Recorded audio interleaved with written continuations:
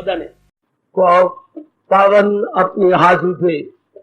कृष्णाय वासुदेवाय हरिये परमात्मने प्रेम क्लेश नाशाय गोविंदाय नमो नमः।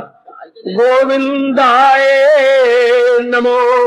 वसुदेव सुतम देवम कंसानुर्मर्दनम देवकी परमानंदम कृष्णवन जगत गुरु कृष्ण वंदे। श्री कृष्णा शरणौ मम। श्री कृष्णा शरणौ मम। श्री कृष्णा शरणौ। अभाग्यशाली कल्याण कामनी गीता अनुयायी देवियों, बड़भागी गीता के पैरोकार मेरे सज्जनों, धार्मिक भाइयों, 12वें अध्याय में प्रवेश किए हुए हम लोग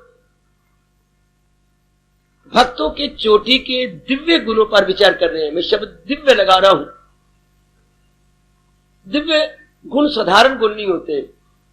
दिव्य गुण जो भगवान जी के साथ संबंधित हो, इसलिए हम दिव्य लगाते हैं। जो भगवान के साथ संबंधित हो उसे दिव्य पुरुष कहते हैं, दिव्य नारी कहती है, जिसे हम देवी भगवती के नाम से पुकार लेते हैं। दिव्य एक विशेष अर्थ सजनों और देवियों अपने में लिए हुए है। तो दिव्य गुण अपनाएंगे कौन? जो खुद दिव्य बनेंगे, जिनके मन में ये पक्का इरादा हो चुका है कि मैंने दिव्य बनना है, मैंने एक साधारण और सामान्य जीव बन के नहीं रहना। इसलिए मैं कई बार कह रहा हूं और कहता जाऊंगा जब तक ये प्रकरण भगवान जी ने चला रखा है। इन्हीं दिव्य गुणों पर विचार विमर्श हो रहा है। आज मेरे ख्याल में 11वां गुण है। 7 पहले श्लोक में हुए, 13वें में और 3 में पहले इसके ऊपर प्रकाश डाल चुका। आज है 11वां। यह आत्मा पर हम लोगों ने विचार कर लिया। भगवान के भक्तों में यह गुण ध्रुव तारे की तरह चमकता है। यह आत्मा, मन उनके अपने वश में, कितना अच्छा। और इंद्रियां मतलब ये बाहर के अंग, विशेष शब्द है ना शास्त्रीय शब्द इंद्रियां, अर्थात ये अंग, और अंग के भी 2 भाग, ज्ञान इंद्रियां और कर्म इंद्रियां। ये 10 की 10 उसके अपने वश में जाती है। आज 99% ओ मेरे श्याम सुंदर, ओ मेरे इष्ट देव, ओ मेरे सर्वस्व अपना नाश कर रहे हैं इसके अधीन होकर के।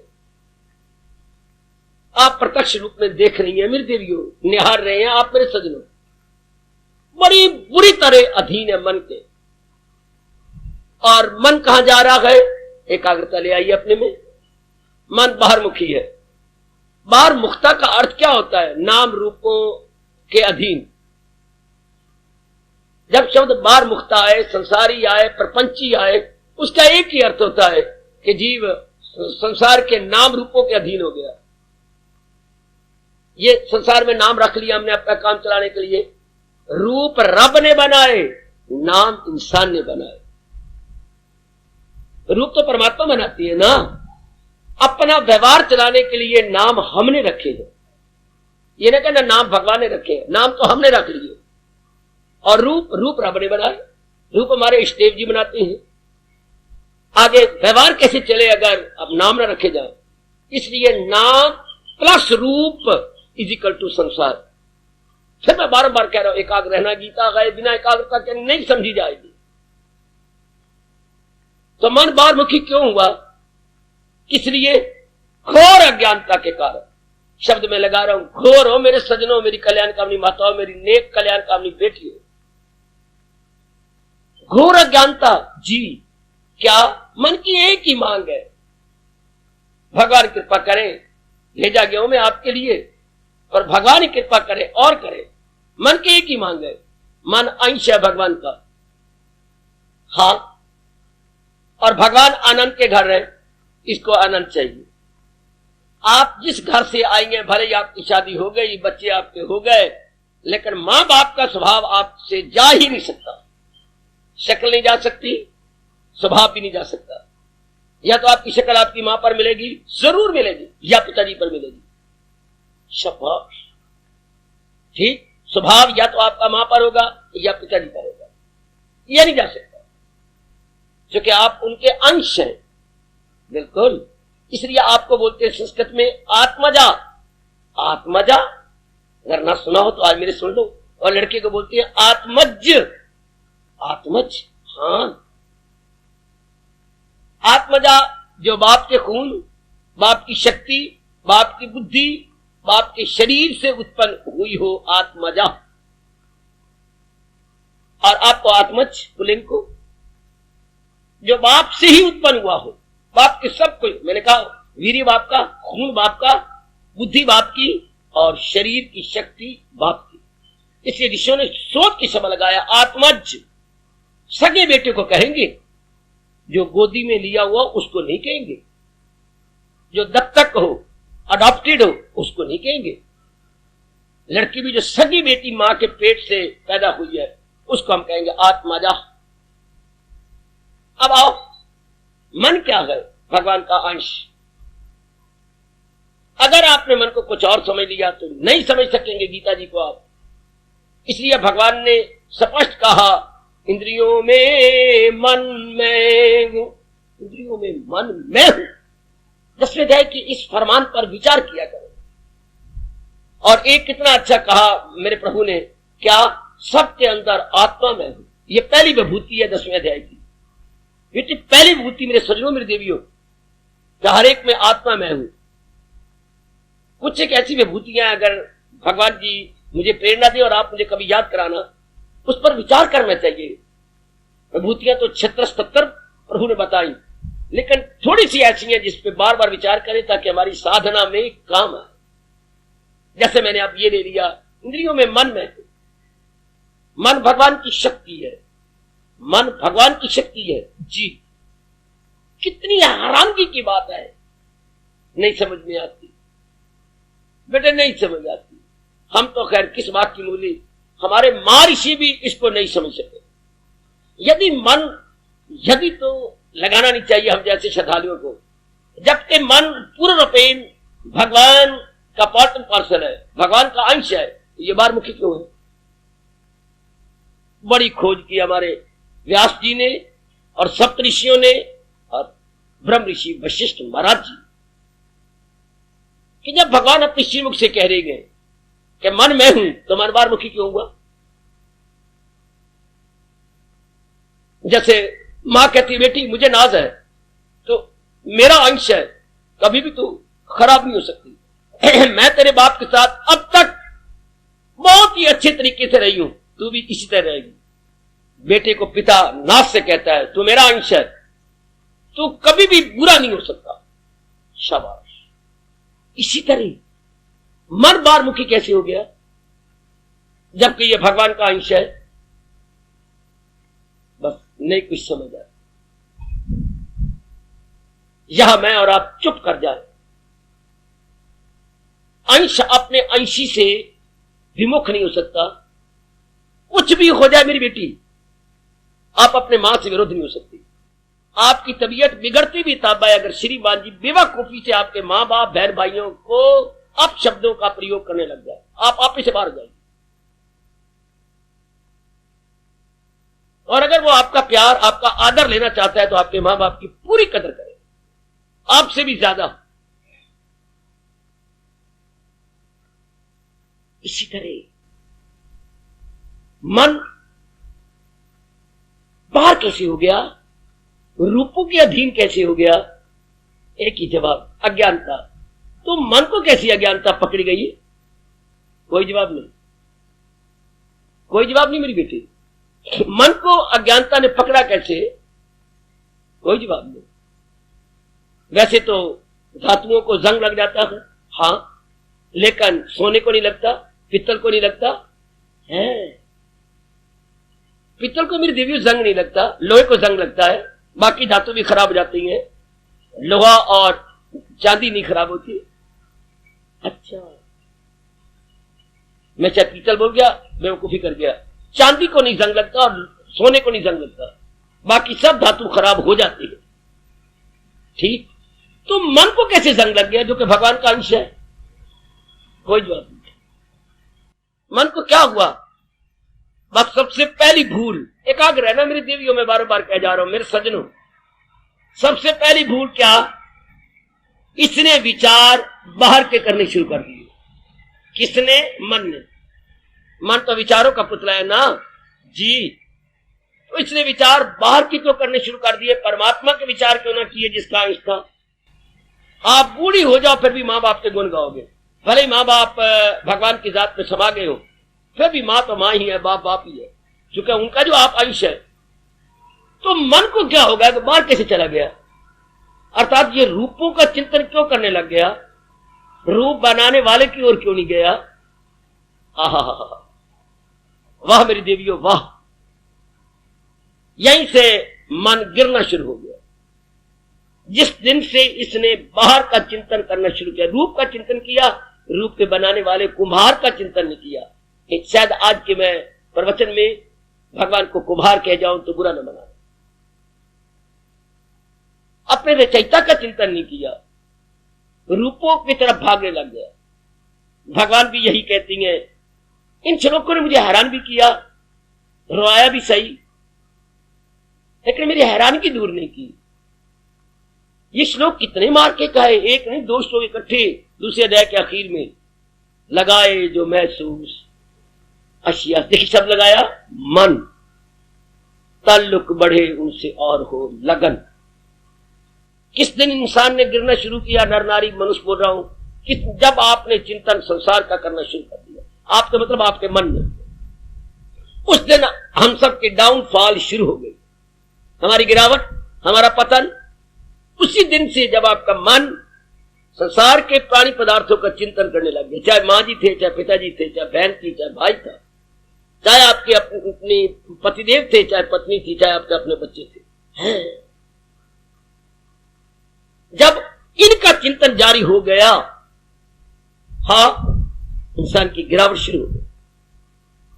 या मैं भगवान के शब्दों को लेकर बताऊं तो वो गिरते ही गिरते चले जाए। अब इंसान को बचाए कौन? जैसे 9 सीढ़ियों तक बच्चा चला गया, 9 डंडे तक, वहां से आगे 10वीं को पकड़ने लगा तो हाथ फिसल गया, तो कैसे गिरता है? लुढ़कता है, गिरता नहीं लुढ़कता है, एक एक एक एक स्टेप नीचे नीचे नीचे नीचे बड़ी जोर के जमीन पे आ पड़ता है और कितना जख्मी हो जाता है। इस तरह मन उसी दिन से गिरने लग गया जिस दिन से इन्होंने रूपों का चिंतन किया, चाहे अपनी माँ का किया, चाहे बाप का किया, चाहे पति किया, चाहे पत्नी किया। और आज का समय दिन रात इन्हीं का चिंतन है, दिन रात चर्चा है तो इसी की, दिन रात इसी का चिंतन। अच्छा एक बात कहूं, जितनी मेरी बुद्धि ने काम किया, इनका चिंतन भी बुरा ना होता अगर हम राग के आधार पर चिंतन न करते, मोह के आधार पर चिंतन होता है राग और द्वेष के आधार पर।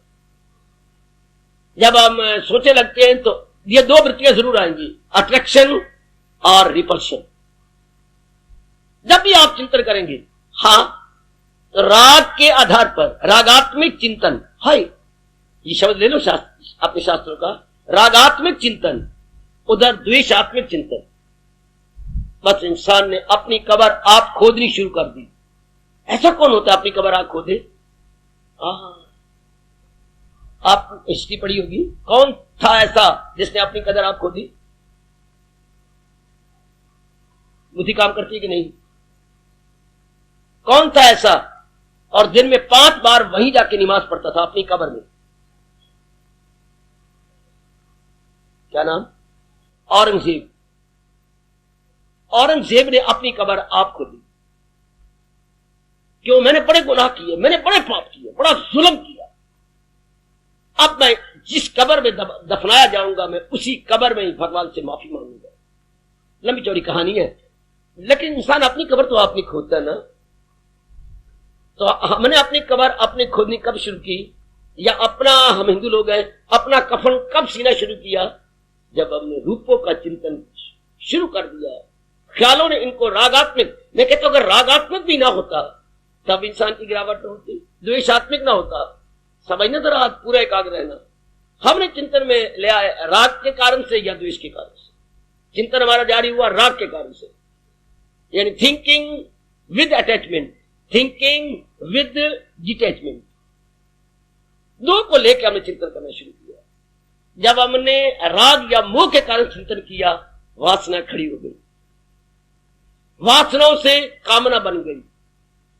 कामना के बाद कौन सा पाप है जो इंसान नहीं कर गुजरता? क्योंकि कामना जब खड़ी जाती है तो इंसान जिद्दी हो जाता है, जिसको अपनी भाषा में कहेंगे दुराग्रही।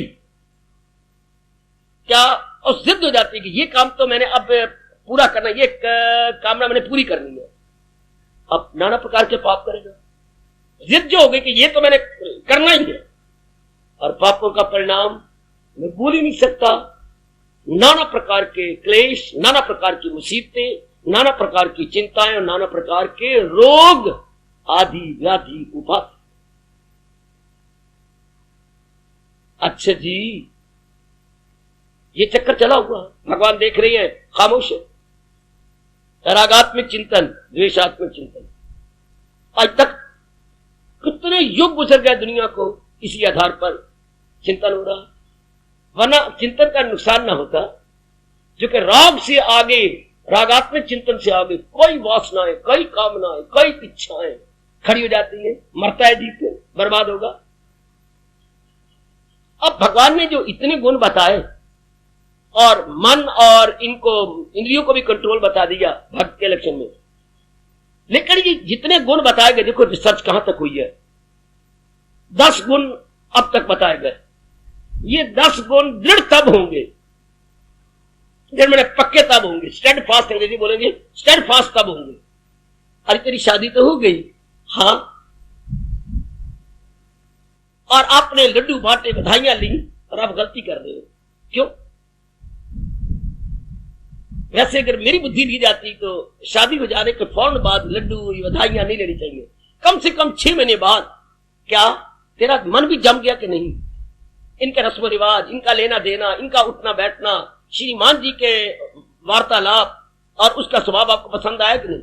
शादी का मतलब तो ये जम जाओ। अगर आपका मन जम जाए, मतलब भगवान ने जी क्या रस्म बनाई है मेरे सजनों, मेरे धार्मिक भाइयों और मेरी बेटियों। एक घर के रस्मों रिवाज, एक घर के सारी बातें छोड़कर नए घर में प्रवेश करना, जब को 5 उंगलियां बराबर नहीं होती। प्राय पुत्र को पति के रूप में देख लेना, और उसकी रहनी सहनी अलग, उसका स्वभाव अलग, उसके बोलने का तरीका अलग है, उसका दृष्टिकोण अलग। फिर आगे जो धर्म की मां बन रही है, इन-लॉज बन रही है, सारे के सारे अलग, जो तेरे स्वभाव के साथ मिले या ना मिले। और अगर आपने अपने में लचक ना पैदा की तो बसना बड़ा मुश्किल। मेरी वो बेटियां बसती हैं जो अपने में लचक या इलास्टिसिटी लाती है। लचक इलास्टिसिटी हमारे वक्त था। 10-12 साल तक कच्छों में, पजामों में लचक वाला नाला डालते थे, इलास्टिक वाला नाला। तो हम हैरान होते कि ये सारों को कैसे पूरा आ जाता है। एक हमारे पुरुषोत्तम लड़का था, बड़ा मोटा, तो हम 3, 4, 5, 6 लड़के जान भी कुछ छेड़ते, यार ये तेरे पजामा कैसे पूरा आ गया? हम तो पेट छोटा सा है, तू इतना मोटा हाथी का पुत्र बना हुआ है, ये कैसे आ गया? ना वो बोल सकता था, ना हमें समझ आती थी। क्या अपा की समझ आती है? उसमें लचक है ना, जितना जिसका पेट होगा वो उतना ही फैल जाएगा। लचक किस बात को? इसी को लचक कहती है ना। तो जितना अगर पतला है तो उतने फिट हो जाएगा, ज्यादा वो खुलेगा नहीं, ज्यादा उसमें लचक नहीं आएगी। कोई मोटे शरीर वाला है तो उतना वो जो नाला है लचकदार, वो खुल जाएगा उतना ही, और फिट हो जाएगा पेट के साथ। अभी बच्चों जिनको गांठ बांध नहीं आती, आप निकरे, पजामे इत्यादि इसी तरह पहना देती हैं।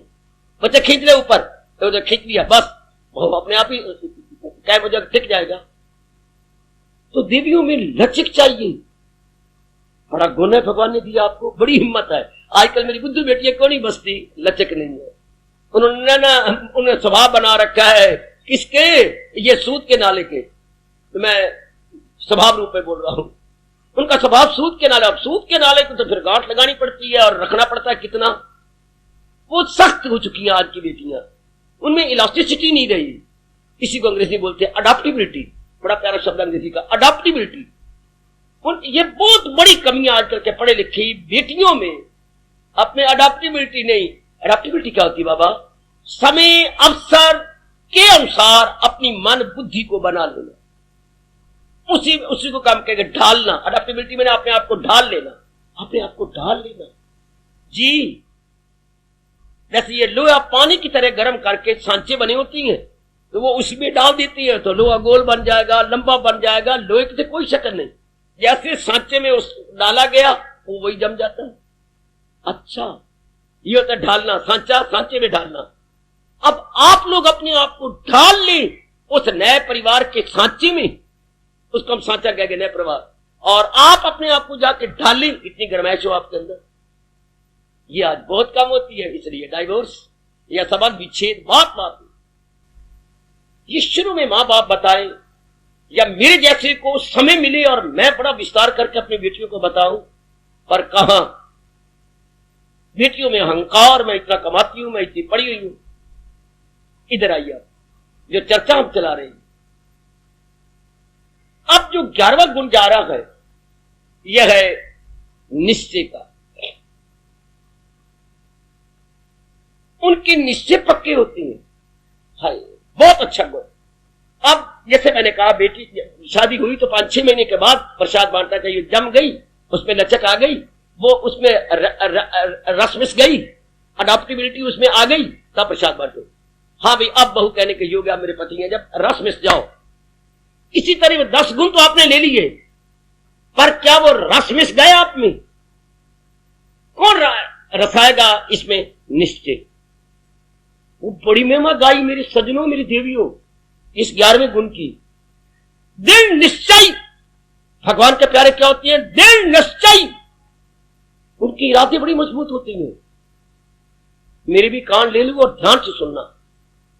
पक्के इरादे वाले, निश्चय के साथ दृढ़ लगाया गया। वाह, क्या जरूरत थी इसको और भी ज्यादा समझाने के लिए। निश्चय के साथ दृढ़, वाह कमाल, ताकि हमें समझ आ जाए। इसका अंग्रेजी में अनुवाद किया गया, वैसे तो होती है डिटर्मिनेशन, हाँ, लेकिन साथ लगाएगा unshakeable. Unshakeable determination, unshakeable determination, हाँ, जो शेक ना हो, हिलाया ना जा सके, ऐसा पक्का निश्चय। तब जाके 10 गुण आपके रहेंगे, अगर आपका पक्का इरादा हो गया। समझिए, मैं अभी प्रकाश डालने जा रहा हूं, इतना सा समझ लीजिएगा। 10 गुण जिनको आपने बड़ी श्रद्धा पूर्वक सुना है, विचार किया है, नहीं आपके बनेंगे अगर आपने इरादे में जरा भी कमी दिखलाई, आपने निश्चय में जरा भी कमी दिखलाई। ये बात मन में रखिए, मैं आगे निकल जाऊं जी। अब आप इस पर विचार करें कि इरादा हमारा पक्का रहे, जरा भी हिलने ना पाए। ये हमारे महापुरुषों ने बड़ी रिसर्च की। महापुरुषों को हम कहेंगे आंतरिक साइंटिस्ट, इंटरनल साइंटिस्ट। ये जो बाहर के हैं, ये प्रकृति की खोज कर रहे हैं, इन्हें कहने एक्सटर्नल साइंटिस्ट।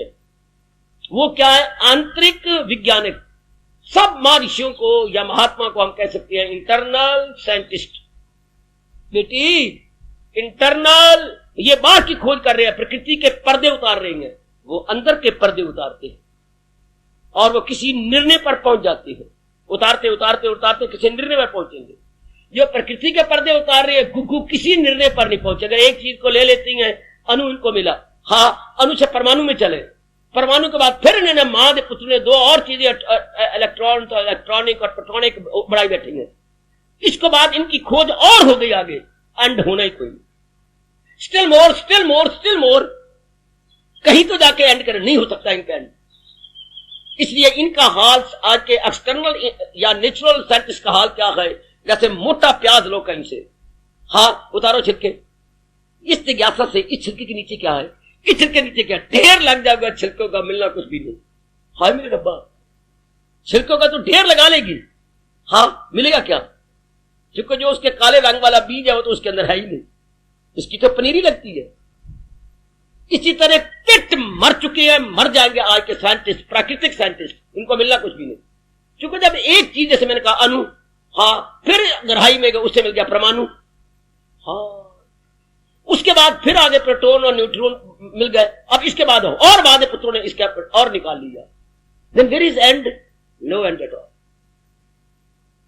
अभी ये असमंजस में है, तो इनके कोई एंड नहीं। लेकिन बारी बारी अंदर के साइंटिस्ट महापुरुषों के, जिन्होंने इस सारे संसार के बनाने वाले की खोज कर दी कि ये सब कुछ इससे हुआ है। जैसे हम कहेंगे, ध्यान देना, संसार की इकाई क्या है, अभी तक साइंटिस्ट इकाई पर नहीं पहुंचा। पेट मर गया अपने सिर के सोच सोच के, गंजा हो गया गंजा। लेकिन इस गंजे को यह नहीं पता लगा, अभी तक बड़ी चर्चा चल रही है, what is the unit of the world. Unit बेटे, what is the unit of the world, संसार की इकाई क्या है। ये जो इतने हमने आटम खोजे, आटम से आगे हम परमाणु तक पहुंचे, आगे प्रोटॉन न्यूट्रॉन तक निकल गए, उसके बाद फिर इनके तो आखिर एंड कहां है, एंड माने वो इकाई क्या है। अरे तो पहुंच गई 90 तक, पीछे मुड़ती आई मुड़ती आई मुड़ती आई मुड़ती आई, 90 के बाद 80 पे आ गई, 70 पे आ गई, 60 पे आ गई, 50 पे आ गई, 40 पे आ गई, करते तो कितनी यार ये जो अंकों का एंड कहां है। हम पीछे मुड़ते जा रहे हैं, 20 पर आ गए, 18 पे आ गए, 19 पे आ गए, अंक इसका शुरुआत कहां से है। हम कहेंगे एक से शुरुआत हुई, इससे एक से शुरुआत, इसे अंग्रेजी बोलते यूनिट, अपनी भाषा में कहेंगे इकाई। इकाई से दहाई, दहाई से सैकड़ा, सैकड़े से 1000, 10,000, लाख, बोलते जाओ आगे, लेकिन पहले इकाई। आजकल जितने भौतिकवादी या मटेरियलिज्म को मानने वाले गए, हैरान गए, परेशान है, उनको यूनिट नहीं पता लगा, जबकि हमारे ऋषियों ने युगों पहले इस यूनिट को जान लिया था कि सारी वैरायटी 84 लाख यूनिया, छोटी बड़ी यूनिया है, इसका यूनिट भगवान जी है। कमाल, ये चीजें सारी आई कहां से। जैसे हम कहते हैं इतने अंक होता, अंक गणित में कितने अंक आ जाती हैं, लेकिन ये अंक कहां से आए, एक से। बाकी अंक कोई नहीं, 2 नहीं होता, 3 नहीं होता, 4 नहीं होता, 5 नहीं होता, एक अपने में मिलता जा रहा है, एक में एक, एक में 2 बन गया, वरना बाकी अंक नहीं है। ये तो व्यवहार चलाने के लिए 2 का, 3 का, 4 का, वरना हो क्या रहे, एक में एक मिलता जा रहा है, एक में एक मिलता जा रहा है। जैसे घर में इतनी बड़ी फैमिली, ये क्या होगा, पिताजी की एक्सटेंशन है। This such a huge family is nothing but extension of father. इन्हीं की अपनी एक्सटेंशन है। हाँ, अगर हमने एक्सटेंशन नहीं की तो आपको मैं एक का नजर आ रहा हूं, अगर इस शरीर के पिता ने की तो कितने फैल गए। सिर्फ एक्सटेंशन मन की होती है, अगर मन में मन को ना फैलाए तो एक अंक रह गया, और अगर आगे पहाड़े पढ़ते जाओ तो फिर आगे अंक बढ़ते जाएंगे। तो इस तरह आप विचार किया करें, इस संसार में इतने प्राणी पदार्थ है, एक मनुष्य जाति को लोग, कितने प्रकार के मनुष्य जाति है, कितने एंडी कोई नहीं, कितने प्रकार के मनुष्य जाति। अगर हर कंट्री का एक एक मनुष्य वर्ग आए, नर नारी, हैरान हो जाएंगे। हबशियों को आप देख करके खिल खिल के हंसेंगे, कितने काले, इतनी तो रजनी भी काली नहीं होती, अमावस्या भी काली नहीं। लेकिन भगवान ने एक और हैरानगी की बात की, जितने रंग इनके काले उतने दांत इनके चंद्रमा जैसे। वाह मेरे परमात्मा, वाह, दांत उनके बड़े सफेद होते हैं। हबशियों के दांत बहुत अच्छे, और पराया हंसती हैं तो वो ऐसे नजर आता है जैसे अंधेरे के अंदर चंद्रमा हो। जब ये थोड़ा सा हंस पे दांत बड़े सफेद, तो हर एक अलग अलग अलग अलग अलग अलग। इस तरह हम कोई भी जाति वाली चीज दे रहे, बड़ी वैरायटी है। तो फिर हमारे जैसे थोड़े से जो विचारवान बनेंगे तो ये जाएंगे। फिर इकाई क्या है संसार की, इकाई रब खुद बोलता है हमारे वैदिक धर्म के अंदर, जिससे खुदाई हुई। वाह वाह, जो सारे जहां पे गए, हजारों वर्ष गुजर गए, हजारों गुजर जाएंगे, बेवकूफ बाहर का साइंटिस्ट इस इकाई को नहीं जान सका। वो भगवान पर विश्वास नहीं करता। वो कहता है साइंस क्या होती है बच्चे, मैं बताऊं आपको, साइंस के मैंने बड़ी भारी गलतियां कर ली है। साइंस कहती है जब तक मैं ऑब्जर्व ना करूं इन नेत्रों से, मैं किस चीज को नहीं मानती। Science believes in observation, science believes in observation. क्या साइंस निरीक्षण में नहीं, देखने में विश्वास करती है कि मैं निरीक्षण कर सकूं इसका। जब तक वो बड़े बड़े ब्रीक आले लेकर किसी चीज को देख नहीं लेते तब तक वो मानते नहीं। इन बेवकूफों को ये नहीं समझ आती कि जो अति सूक्ष्म होगा वो अनुभव हो सकता है, वो आंखों का विषय नहीं बनेगा। जो आंखों का विषय बनेगा उसका नाश हो जाएगा। ध्यान देना जरा, देखो ऋषि कहां गए। जो आपका आंखों का विषय बनेगा, हाँ, visible must be perish, visible perishable. Visible ये हिंदुस्तान का जयकारा है, विजिबल पेरिशेबल। जो चीज गोचर होगी उसका नाश हो जाएगा। और भगवान को हम क्या कहते हैं, तुम हो एक अगोचर। Beyond everything, beyond my body, beyond my mind, beyond intellect, beyond everything, beyond. इसलिए भगवान क्या है? अविनाशी है। और सहज तब पुत्र कह रहा है कि मैं तो मानूंगा तब जब वो नजर आ जाए। तो जो चीज नजर आएगी उसका नाश हो जाएगा, फिर तो कोई एंड ही नहीं, उसके पीछे उसके पीछे उसके पीछे, there must be any end, finally तो कोई हो। इसलिए भगवान को हम अगोचर कहेंगे। पता नहीं कब ये इस बात को मानेंगे कि जो चीज नजर में आएगी, विजिबल, पेरिशेबल, उसका जरूर नाश हो जाएगा। हमारे यहां बोलते हैं जो दिखे सो सकल विनाशे, जीव बादल की छाई। है कितना प्यारा शब्द है कि जो नजर आ रहा है ये सब विनाश से नष्ट हो जाएगा। जैसे बादलों की छाया, बादलों की छाया थोड़ी देर तो हमें प्रतीत होती है, लेकिन हमेशा के लिए तो उसकी प्रतीति नहीं रहती। हाँ बाबा, मानने वाली बात है। तो जिसकी प्रतीति थोड़ी देर के लिए हो, हमारा धर्म पुकार के कहता है, वैदिक धर्म पुकार के, उस पर विश्वास नहीं करना चाहिए। जो थोड़ी देर के लिए रहे और उसके बाद ना रहे, नॉट टू बी बिलीव्ड है, वो विश्वास पात्र नहीं होती। तो इस संसार की इकाई क्या है? हमारे आंतरिक वैज्ञानिकों ने बताया, भगवान जी। भगवान जी कौन? आज के साइंटिस्ट हैरान तो हैं, जिससे ये सब कुछ प्रकट हुआ है। भगवान की परिभाषा, अरे और ना करना कुछ भगवान की परिभाषा, ये भगवान की डेफिनेशन। अब तो भगवान असीम है, डिफाइन नहीं किए जा सकते, लेकिन फिर भी हमारा मन नहीं मानता। हम जिसके लिए दिन रात लगाना है, कुछ तो पता लगे ना, कुछ तो समझ आए। तो उन्होंने फिर ये कह दिया, हाँ, जिसने सब कुछ प्रकट किया वो भगवान। मूर्ख जिन्होंने नहीं लगना इस मार्ग पे, वो नाव पे लड़ते रहेंगे। जिन्होंने नहीं लगा, जिन्होंने नष्ट होना और कईयों को नष्ट करना है। वरना भगवान ने सीधा ही कह दिया, तू कहे मुझको परमेश्वर की अमा। मैं 15 अध्याय में मैं पूर्ण रूपेण भगवान की शरण लेता हूं। और भगवान ये नहीं करे तू राम की शरण ले, कृष्ण की शरण ले, वाहिगुरु की शरण ले, अल्लाह मियां की शरण ले, या किसी और की शरण ले ना। सिद्धांत बताया, जिसको नाम जो प्यारा लगे रखते रहो और अपना कल्याण कर लो। क्या मुझको परमेश्वर की अमा? हु इज परमेश्वर? वेयर इज परमेश्वर? मैं किस परमेश्वर की शरण? कितनी यूनिवर्सल बात कर दी भगवान ने, कितनी सार्वभौमिक या आलमगीर प्रभु ने बात करके अपनी उदारता का परिचय दिया। कहे मुझको परमेश्वर की अमा, मैं परमेश्वर की शरण लेता हूं। कौन सा परमेश्वर? किया जिसने हस्ती का दरिया रवा, जिसने सारी सृष्टि को रचा है, नाम कुछ रख लो। वाह वाह वाह वाह वाह वाह। Now we all agree without any doubt, without any suspicion, सब एक मत हो जाएंगे। हाँ हाँ हाँ हाँ। अगर कोई भगवान के साथ सृष्टि को उत्पन्न नहीं मानता, बहुत नालायक है, बड़ा मूर्ख है। भगवान कौन? जिसने सृष्टि को रचा है। बस आगे मत बोलो, बना पाला है कुमार की बात है। जिसने सृष्टि को रचा है तो समझ आ गई इस संसार की इकाई क्या है, जिसने इस सृष्टि को रचा है। घर में आ जाओ, घर की इकाई क्या है? जिसने परिवार को फैलाया है। कौन?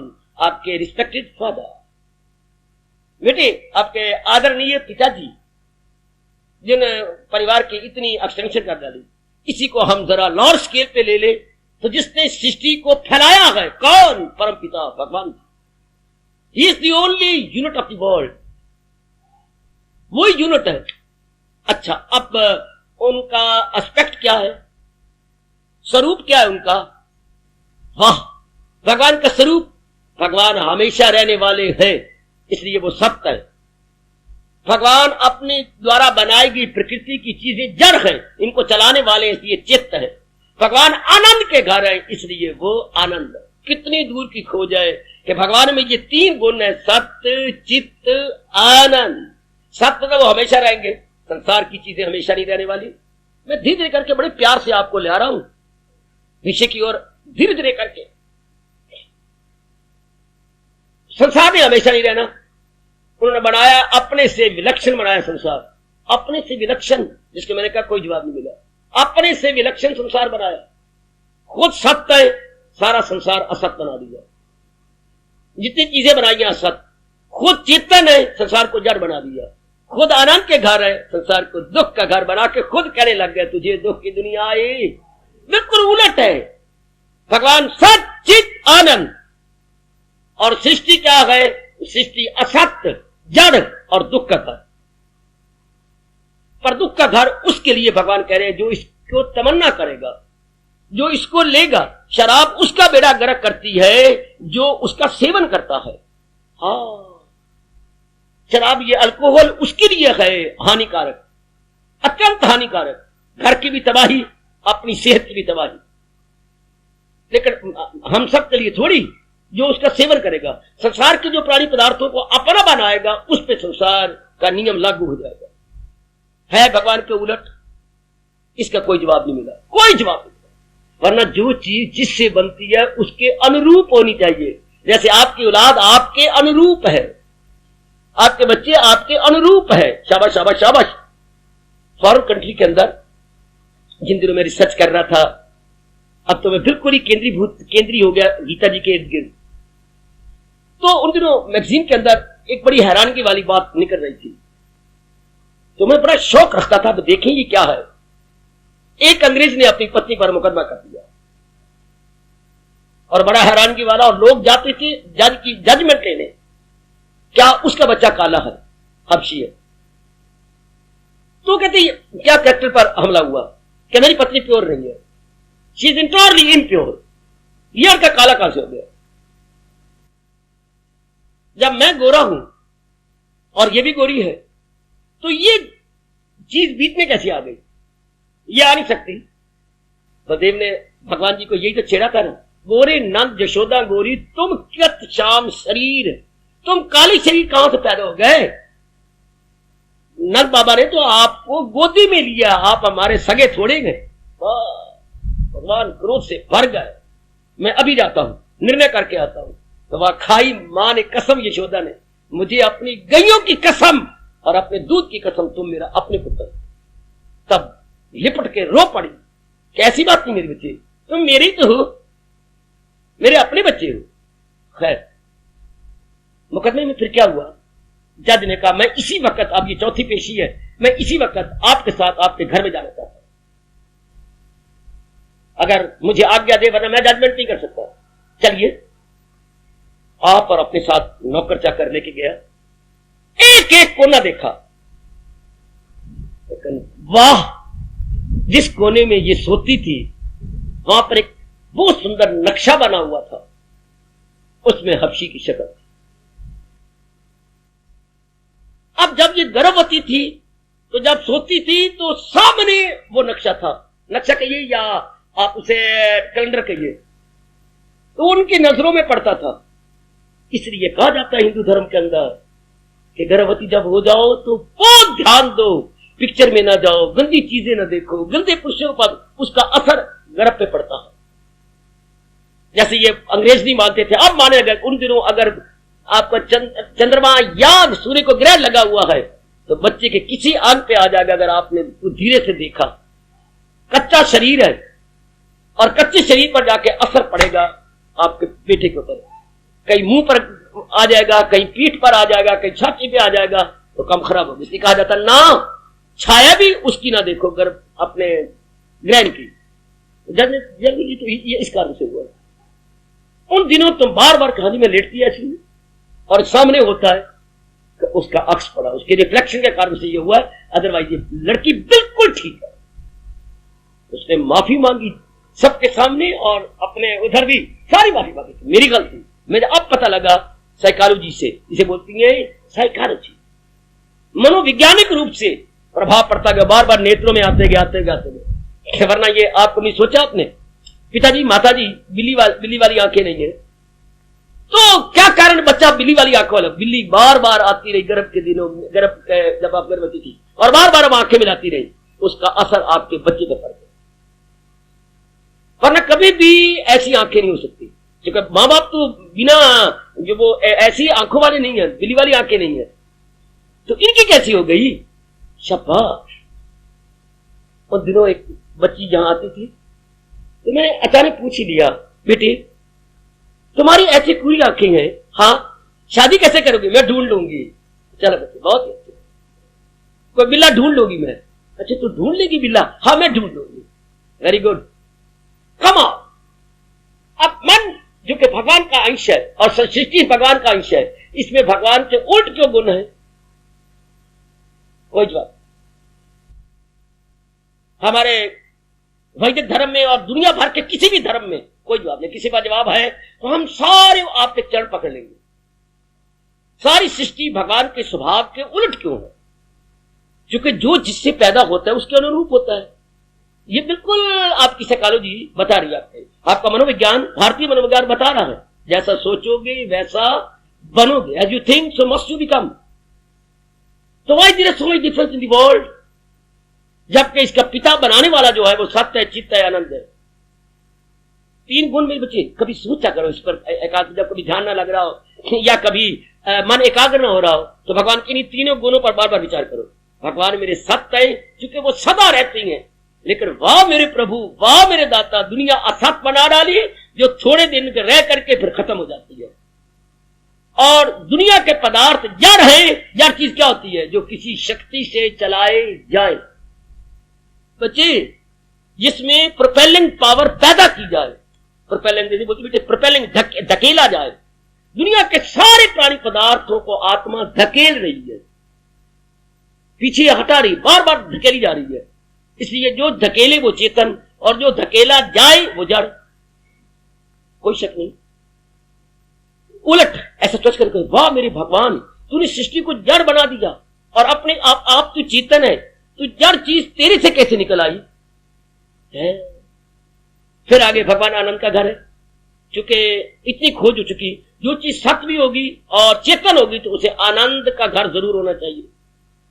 दुनिया में क्यों दुख है? क्योंकि ये सत्य नहीं, बदल जाती है, और जड़ है तो मर जाती है, इसलिए ये दुख का घर बन। वरना ये भी सुख का घर होती है अगर ये अगर असत्य और जड़ ना होती तो।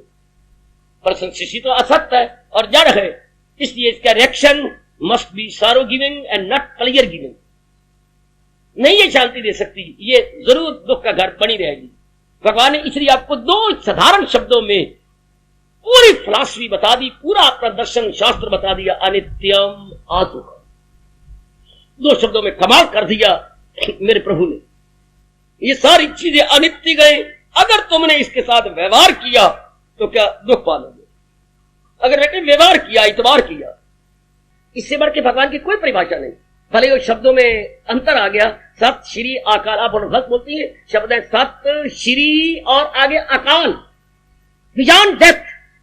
श्री विद इन लिमिट आनंद। श्री का मतलब ही आनंद है काका, संस्कृत शब्द है। सत तो पहले बापू ने कह दिया, आगे श्री और अकाल। इधर देखिए सत चित आन। इससे बढ़ के तो मर जाए भगवान की परिभाषा नहीं कर सकता।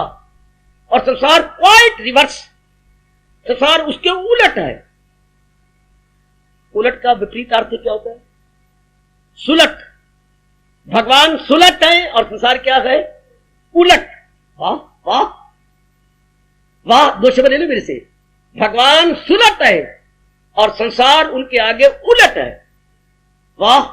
अंग्रेजी में आप बोलेंगे अवर्स, रिवर्स। भगवान अवर्स है और संसार रिवर्स है। जैसे सिक्का होता है, सिक्के के ऊपरला हिस्सा वो अवर्स होगा और जो निचला वाला हिस्सा है वो रिवर्स होगा। Obverse and reverse of the same coin. तो भगवान जो है, संसार जो है उलट है। बार बार मन में विचार करो, संसार असत्य है, थोड़े दिन रह के चला जाता है। अच्छा, संसार जड़ है, भगवान चला रहे हैं। जैसे जरूर आपने मुर्दा देखा होगा, शव देखा होगा। हाँ, शव देखा, डेड बॉडी देखी है। हाँ, एक मैं बड़े गौर से देखता रहा, मुझे गिलानी नहीं आती थी। एक एक अंग को नीचे से ऊपर तक मैं हिलाता रहा, बिल्कुल पत्थर जैसे सूखी लकड़ी होती है, जैसे अब लकड़ी को बिल्कुल पथरा जाता है। मेरे पास और कोई एग्जैक्ट वर्ड नहीं, पथरा, सारा शरीर पथरा जाता है, सारा शरीर पथरा जाता है। जी हाँ, किसी का शव शमशान यात्रा में पड़ा हुआ था तो वो किसी की इंतजार कर रहे थे, गाड़ी नहीं आई थी, तो जिद कर रहे थे कभी ना जलाओ, अभी ना जलाओ। तो मैं बीच में चला गया और छेड़ाछाड़ी करनी शुरू कर दी कि ये क्या हो गया है। तो मुझे उन्होंने टोका नहीं, चुप करके देखते रहे, पता नहीं कौन आकाश से गिर गया नीचे, क्या कर रहा है। बिल्कुल जड़ हुआ पड़ा शरीर। हाँ, तो यहां से साबित होता है शरीर बिल्कुल जड़ है, बिल्कुल जड़। इसलिए जड़ आत्मा इसको चला रही थी। ये तो हमें शुरू से बताई जानी चाहिए थी, मुझे बताता नहीं राज की बातें कि जिंदगी क्या है, मौत क्या है, मैं कल ही बता रहा था। जड़ शरीर में आत्मा का प्रवेश करना इसकी जिंदगी है, और समय पाके उसी चेतनता का निकल जाना इसकी मौत है। इसको पातशाही ने ज्यादा जोर नहीं दिया गुरु ग्रंथ साहब के अंदर। एक जगह कहा है, पर इस पर कोई विस्तार करे तो मन तू ज्योत स्वरूप है, अपना मूल पहचान। अगर कोई एकांत में घंटों बैठ के विचार करे, ओ मन मूर्ख, तू धक्के खा रहा है रूपो जड़ चीज के अंदर। तू क्या जड़, तू जो है मन, तू जो है तो क्या है ज्योत स्वरूप, उस ज्योति के से आया है। अपने मूल मैंने अपने ओरिजिन को देख, अपने आदि कारण को देख। मूल का मतलब आदि कारण, सी इट्स ओरिजिनल प्लेस, तो वहां से निकला है। बहुत प्यारे शब्द है। अगर आप लिखाते बैठे, मन तू ज्योत स्वरूप है, अपना मूल पहचान। भगवान कहते हैं इंद्रियों में मन में, कि मन मेरे से बाहर निकला है। हाँ, इन सारी बातों पर गौर किया जाए कि सृष्टि जड़ है और भगवान चेतन है और इसको चला रही है, तो जड़ में तो खुशी हो नहीं सकती, क्योंकि परिवर्तनशील है। जड़ अपने आप में कुछ नहीं काम करेगी जब तक कि चेतन इसके साथ न चले। तो चेतन आनंद के घर है। ये बार बार सोचो, बार बार सोचो, बार बार विचार करो, मुकाबला करो संसार का और इसका, भगवान का। संसार क्या है? असत, जड़ और दुखदाई। भगवान सत चित आनंद। भगवान सदा एक जैसे रहेंगे, सदा चेतन बने रहेंगे, सदा आनंद के घर बने रहेंगे। संसार सदा नहीं बना रह सकता, क्योंकि ये जड़ चीज कभी भी नहीं रह सकती। पूछो मेरे से क्यों? क्योंकि जो चीज जड़ होती है वो एक नहीं अनेकों से बनती है। तो ये 5 तत्वों से बनी है। हाय, जो चीज कई तत्वों से बनेगी वो गल जाएगी, वो खराब हो जाएगी, उसमें बो पड़ जाएगी। इसलिए कहते हैं आत्मा निकल गई, जल्दी जल्दी साड़ो, सारी गली में इस शरीर की बो जाएगी। और हैरानगी देखिए, आत्मा रहे तो 90 साल के शरीर में बो नहीं आती, और आत्मा निकल जाए तो 9 घंटे भी शायद आप अगर कोई साधन ना ले तो बो शुरू जाएगी। कितनी हैरानगी का विषय है मेरे सजनों, मेरी कल्याण कामनी देवी हो। 9 घंटे रखो, वो तो बर्फ रखनी पड़ती है, नमक है, मोटे मोटे डल्लों में शरीर रखना पड़ता है, वैसे नहीं रह सकता, वो पड़ेगी। इसमें है ही बहुत सारी गांधी जानता है। शुरू से अगर माँ जी, पिताजी, प्रभुत हमारे ये रास की बातें बता देते, हमारा मन कितना तलीन हो गया होता उस सत्य में, चित्त में, आनंद। हर मरे का आके किसमें? असत्य में, जड़ में और दुखदाई वस्तुओं में मरते गए और नीचे लुढ़कते चले गए। जैसे पहाड़ से ट्रक गिर जाता है ऊपर से, वो कितनी गहरा नीचे जाता, आए दिन आप सुनते ही रहते हैं। कितनी पहाड़ की ऊंचाई, और उसने जमीन पे आना है। तो हमारा मन कितना गिर गया इन रूपों में फंस के, मेरे सजनों, मेरी देवियों, कितना गिर गया। और फिर गंदी वृत्तियां कितनी, इसमें काम आ गया, क्रोध आ गया, मोह आ गया। जब हम रूपों में मरे तो काम, क्रोध, मोह, लोभ, अहंकार, निंदा, मत्सर, चोरी, यारी, हवा, बुगज, कीना, ओए कोई एंटी नहीं, ये सारी वृत्तियां हमारे साथ आ गई। कब? जब हम रूपों में मरे। तो नेगेटिव क्वालिटीज हर एक न चाहने पर अंदर प्रवेश करती गई, और उसका रिएक्शन क्या हुआ? बेचैनी, जो हम नहीं चाहते थे, बेकरारी, तो अशांति, विक्षिप्तता, दिन नहीं कटता। ये क्यों? गंदी वृत्तियां अंदर है। जैसे आपने कहा मेरे दांत की ये किसी जड़ है ना, इसमें बड़ी दर्द हो रही है। अच्छा, दर्द हो रही है, तो हमने शीशा लिया, शीशा लेके देखा, ये तो खाई गई, नीचे कीड़ा पड़ गया है, जड़ खाई गई तेरी सारी। अच्छा, तो जब नीचे बड़ी इसकी लंबी लंबी होती है जड़ें, जो नीचे तक फंसी होती है, तो उस जड़ को जब कीड़ा खा जाए, हाँ, तो वो उसकी कितनी कमजोर हो जाती है कि आपके मांस को वो दर्द शुरू कर दे, सिवाय निकाले जाने को बेचारा ही नहीं, क्योंकि नीचे से खाई गई। इस तरह ये जड़ तो खाया जा रहा है गंदी वृत्तियों द्वारा। अगर रब ये गंदी वृत्तियां ना बनाता, फिर हमें दुख भी ना होता। गंदी वृत्ति, और एक दांत को अगर नीचे से कीड़ा खा रहा है, इतनी दर्द होती है, आप रात सो नहीं सकते, आप सवेरे कुछ खा नहीं सकेंगे। आए मुझे कुछ करो, मेरे कुछ करो, बार बार बार बार। आप अगर ऐसे कभी हो जाए तो 1-2 लौंग मुंह में रख लिया करो, या लौंगों का तेल आता है, अप्लाई किया और बाद में कुछ करते रहना। इसके लिए तत्काल दर्द दूर करने के लिए लौंग का तेल या लौंग घर में पड़े और चूसना शुरू कर दो, वो थोड़ी देर के लिए उतना हिस्सा सो जाएगा, डेड हो जाएगा। तो जो दर्द कर रहा था जबड़ा, वो उस समय के लिए, थोड़ी देर के लिए आप सवेरे इलाज करा सकते हैं, कुछ भी कराएंगे, तो वो इतनी पीड़ा पैदा करता है। इधर शरीर का क्या हाल है? बिल्कुल जड़, सारा जड़। इसलिए ये दुखदाई हो जाता है गंदी वृत्तियों के साथ। मैं कह रहा था, गंदी वृत्तियों के ऊपर बात है मेरी बकवास। गंदी वृत्तियों का मेरे प्रभु ना बनाते, पता ही ना होता मुझे और आपको दुख किसे कहते। इन्हीं गंदी वृत्तियों ने आकर के काम बड़ा खराब कर, बड़ा खराब। सिर्फ एक काम बड़ा हुआ तो मेरा गर्क करता है, पर काम के साथ क्रोध जरूर होगा। जहां ये दोनों होंगे वहां लोभ जरूर होगा, जहां लोभ होगा वहां मोह जरूर होगा, जहां ये चारों होंगे अहंकार जरूर आ जाएगा। ये आपस में इंटरकनेक्टेड है, इंटर रिलेटेड है, इंटरडिपेंडेंट है, अन्योन्य आश्रित है। जैसे मैंने दोनों हाथों को यूं कर दिया तो दाया बाएं के आश्रित है या बाया दाएं के आश्रित है? दाया बाएं के या बाया दाएं के? ना बाबा, दोनों ही एक दूसरे के आश्रित है। इसे बोलते हैं इंटरडिपेंडेंट या अन्योन्य आश्रित, अन्यो आश्रित, वो उसके वो उसके। इसलिए ये सारी गंदी वृत्तियां अन्योन्य आश्रित है, वो उसके वो उसके वो उसके वो उसके वो उसके। अगर एक काम ना रहे तो बाकी सब खत्म हो जाए।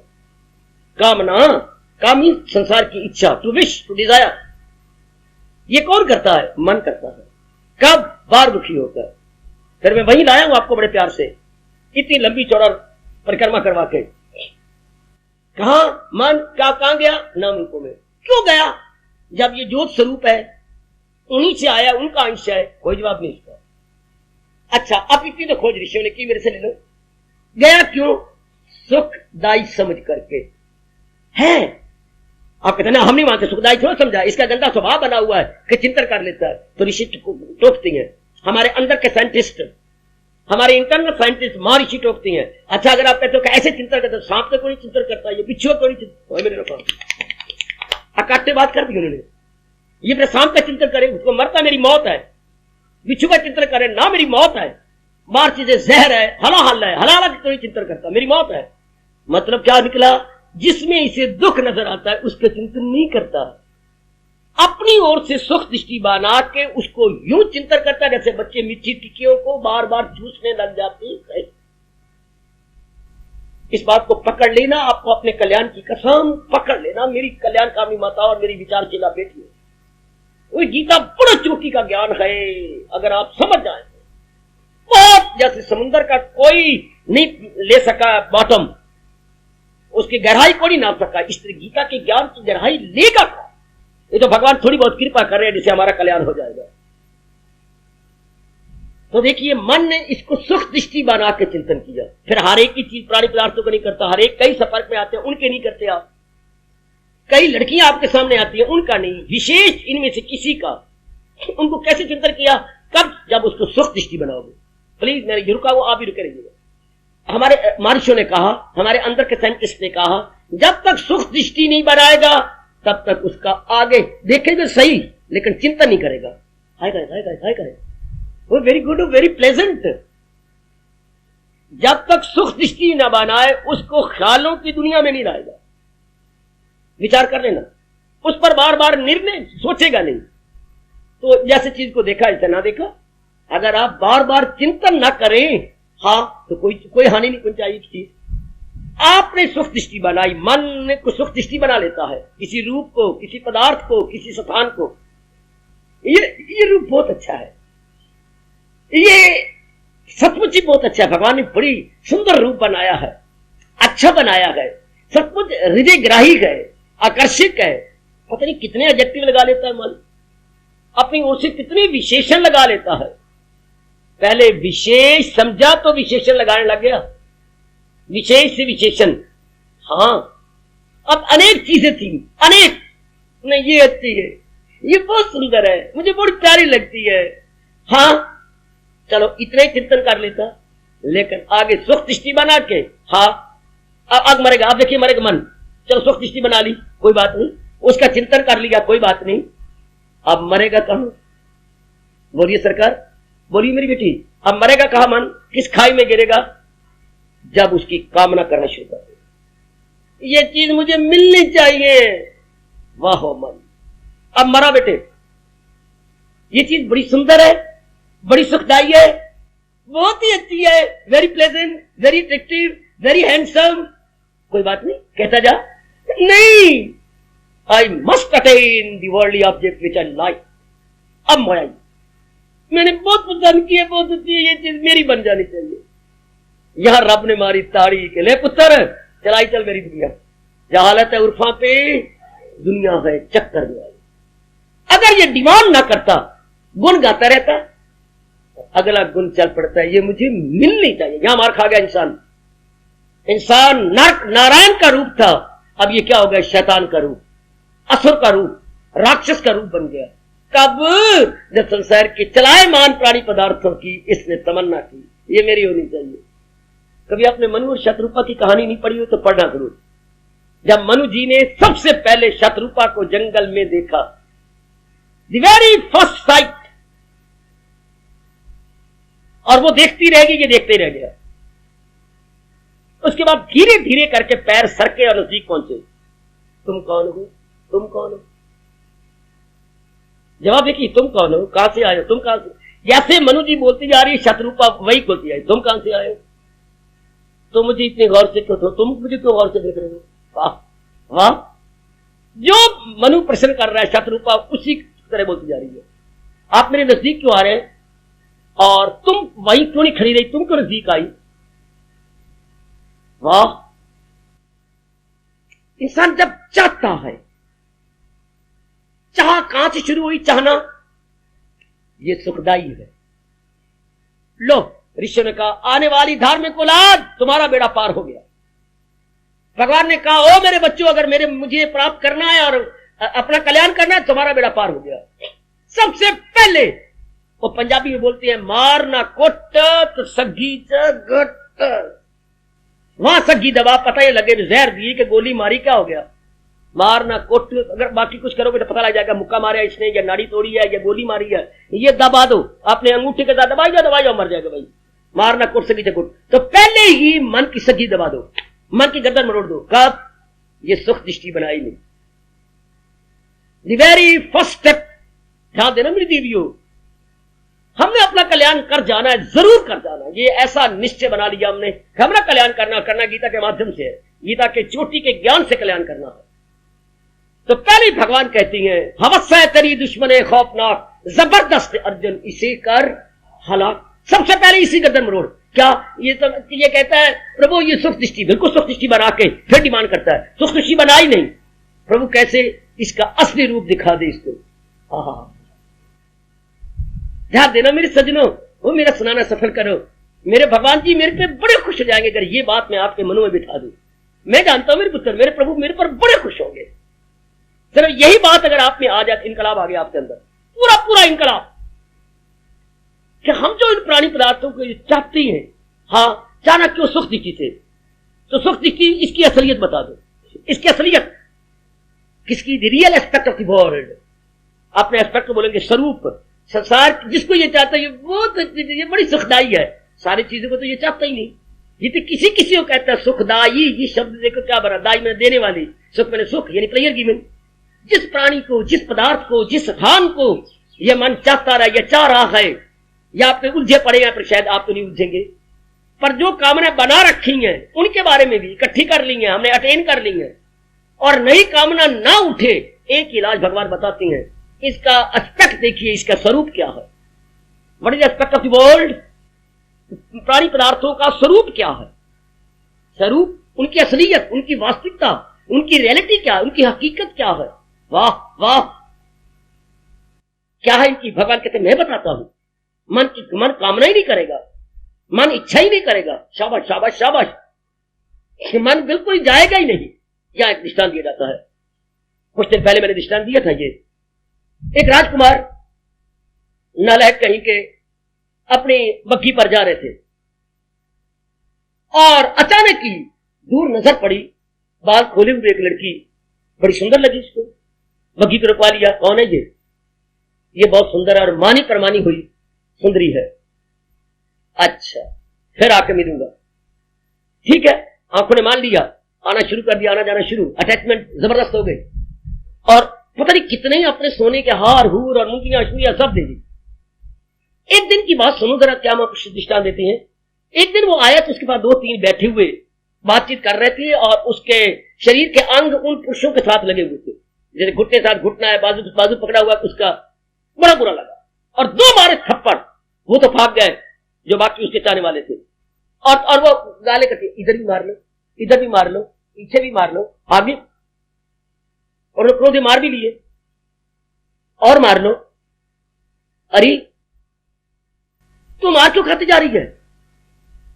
और आप ही मुझे बता दो, आप मुझे क्यों मार रहे हैं? मुझे समझ नहीं आ रही थी। मैंने कहा राजकुमार है, मार लो बेशक, मुझे जान ले लो। नहीं, अब नहीं मारूंगा।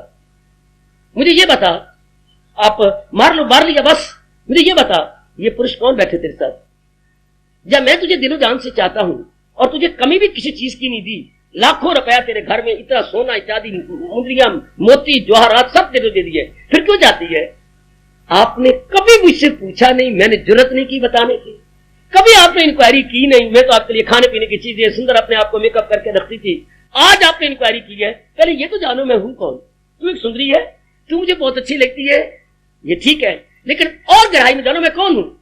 है तू कौन है? तू मुझे अच्छी लगती है ना, तू बड़ी सुंदरी है, ये तो ठीक है, पर मैं हूं कौन? आप बता दो। मैं तो एक वेश्या हूं, मैं तो इस सारे सिटी की पत्नी हूं। है वेश्या को बोलती है नगर वधू। वो जो आपकी वधू है वो है परिवार की वधू या कुटुंब वधू। आप जो वधू है तो कुटुंब की है, ये सारे नगर की है। जो भी आए इसको हथेली पे रखे और वेलकम। अच्छा तुम आए राजकुमार, मुझे जाना आपने? जान लिया। अब बताओ मेरे क्या दोष है? मेरा पेशा यही है। तो बिल्कुल ठीक है, मैं नालायक और मूर्ख जो अपने आप को बर्बाद। राजकुमार मैं यही कहना चाहती थी जो जुर्म करके नहीं कह रही थी। हाँ, आप एक बड़ी अच्छी राजकुमारी के साथ शादी करो, जब अपने खानदान को चार चांद लगाए। मैं तो हूं चूड़ी हरिजन, लोगों के गंध को उठाने वाली और अनेकों को तबाह करने वाली। आप इतनी अच्छी हैं, क्यों मेरे पर मरते हैं? एक अच्छे खानदान की लड़की के साथ ब्याह करो। पैर पकड़ लिए और हाथ जोड़े। मुझे आज तुम्हारा पता लगा, मैं सब कुछ देने को तैयार हूं, मैंने रखा हूं ना, मैंने दे दिया। जाओ। राजकुमार ने कब मन तोड़ा? जब उसकी असलियत जानी। वो दृष्टांत देखो महापुरुषों का, दृष्टांत देख ले मेरी भगवती।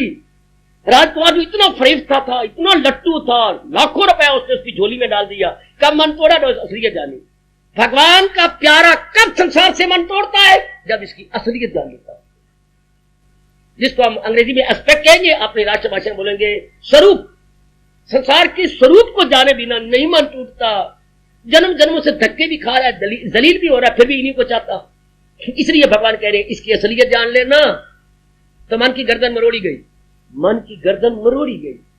तो फिर इसकी असलियत भगवान कहते हैं मैं बताता हूं, मैं दुनिया का रचयिता हूं, कुम्हार हूं, मैंने सृष्टि का, मैं बताता हूं इसकी असलियत। हाँ मेरे प्रभु आप बताइए। ये अनित्यम असुखम है, ये अनित्य है और दुखदाई है।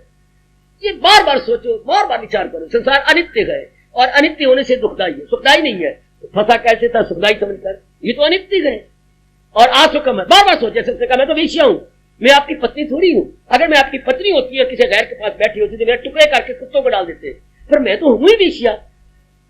मैं तो सारों की पत्नी हूं, जो मेरे पास आ जाए मैं उसी की पत्नी हूं। हाँ, तो मैं तो हूं ही वेश्या। अच्छा, जैसे संसार तो है ही पदार्थ से क्या है, अनित्यम असुखम। फिर सोचो, फिर सोचो, फिर सोचो, आपका मन खत्म हो जाए।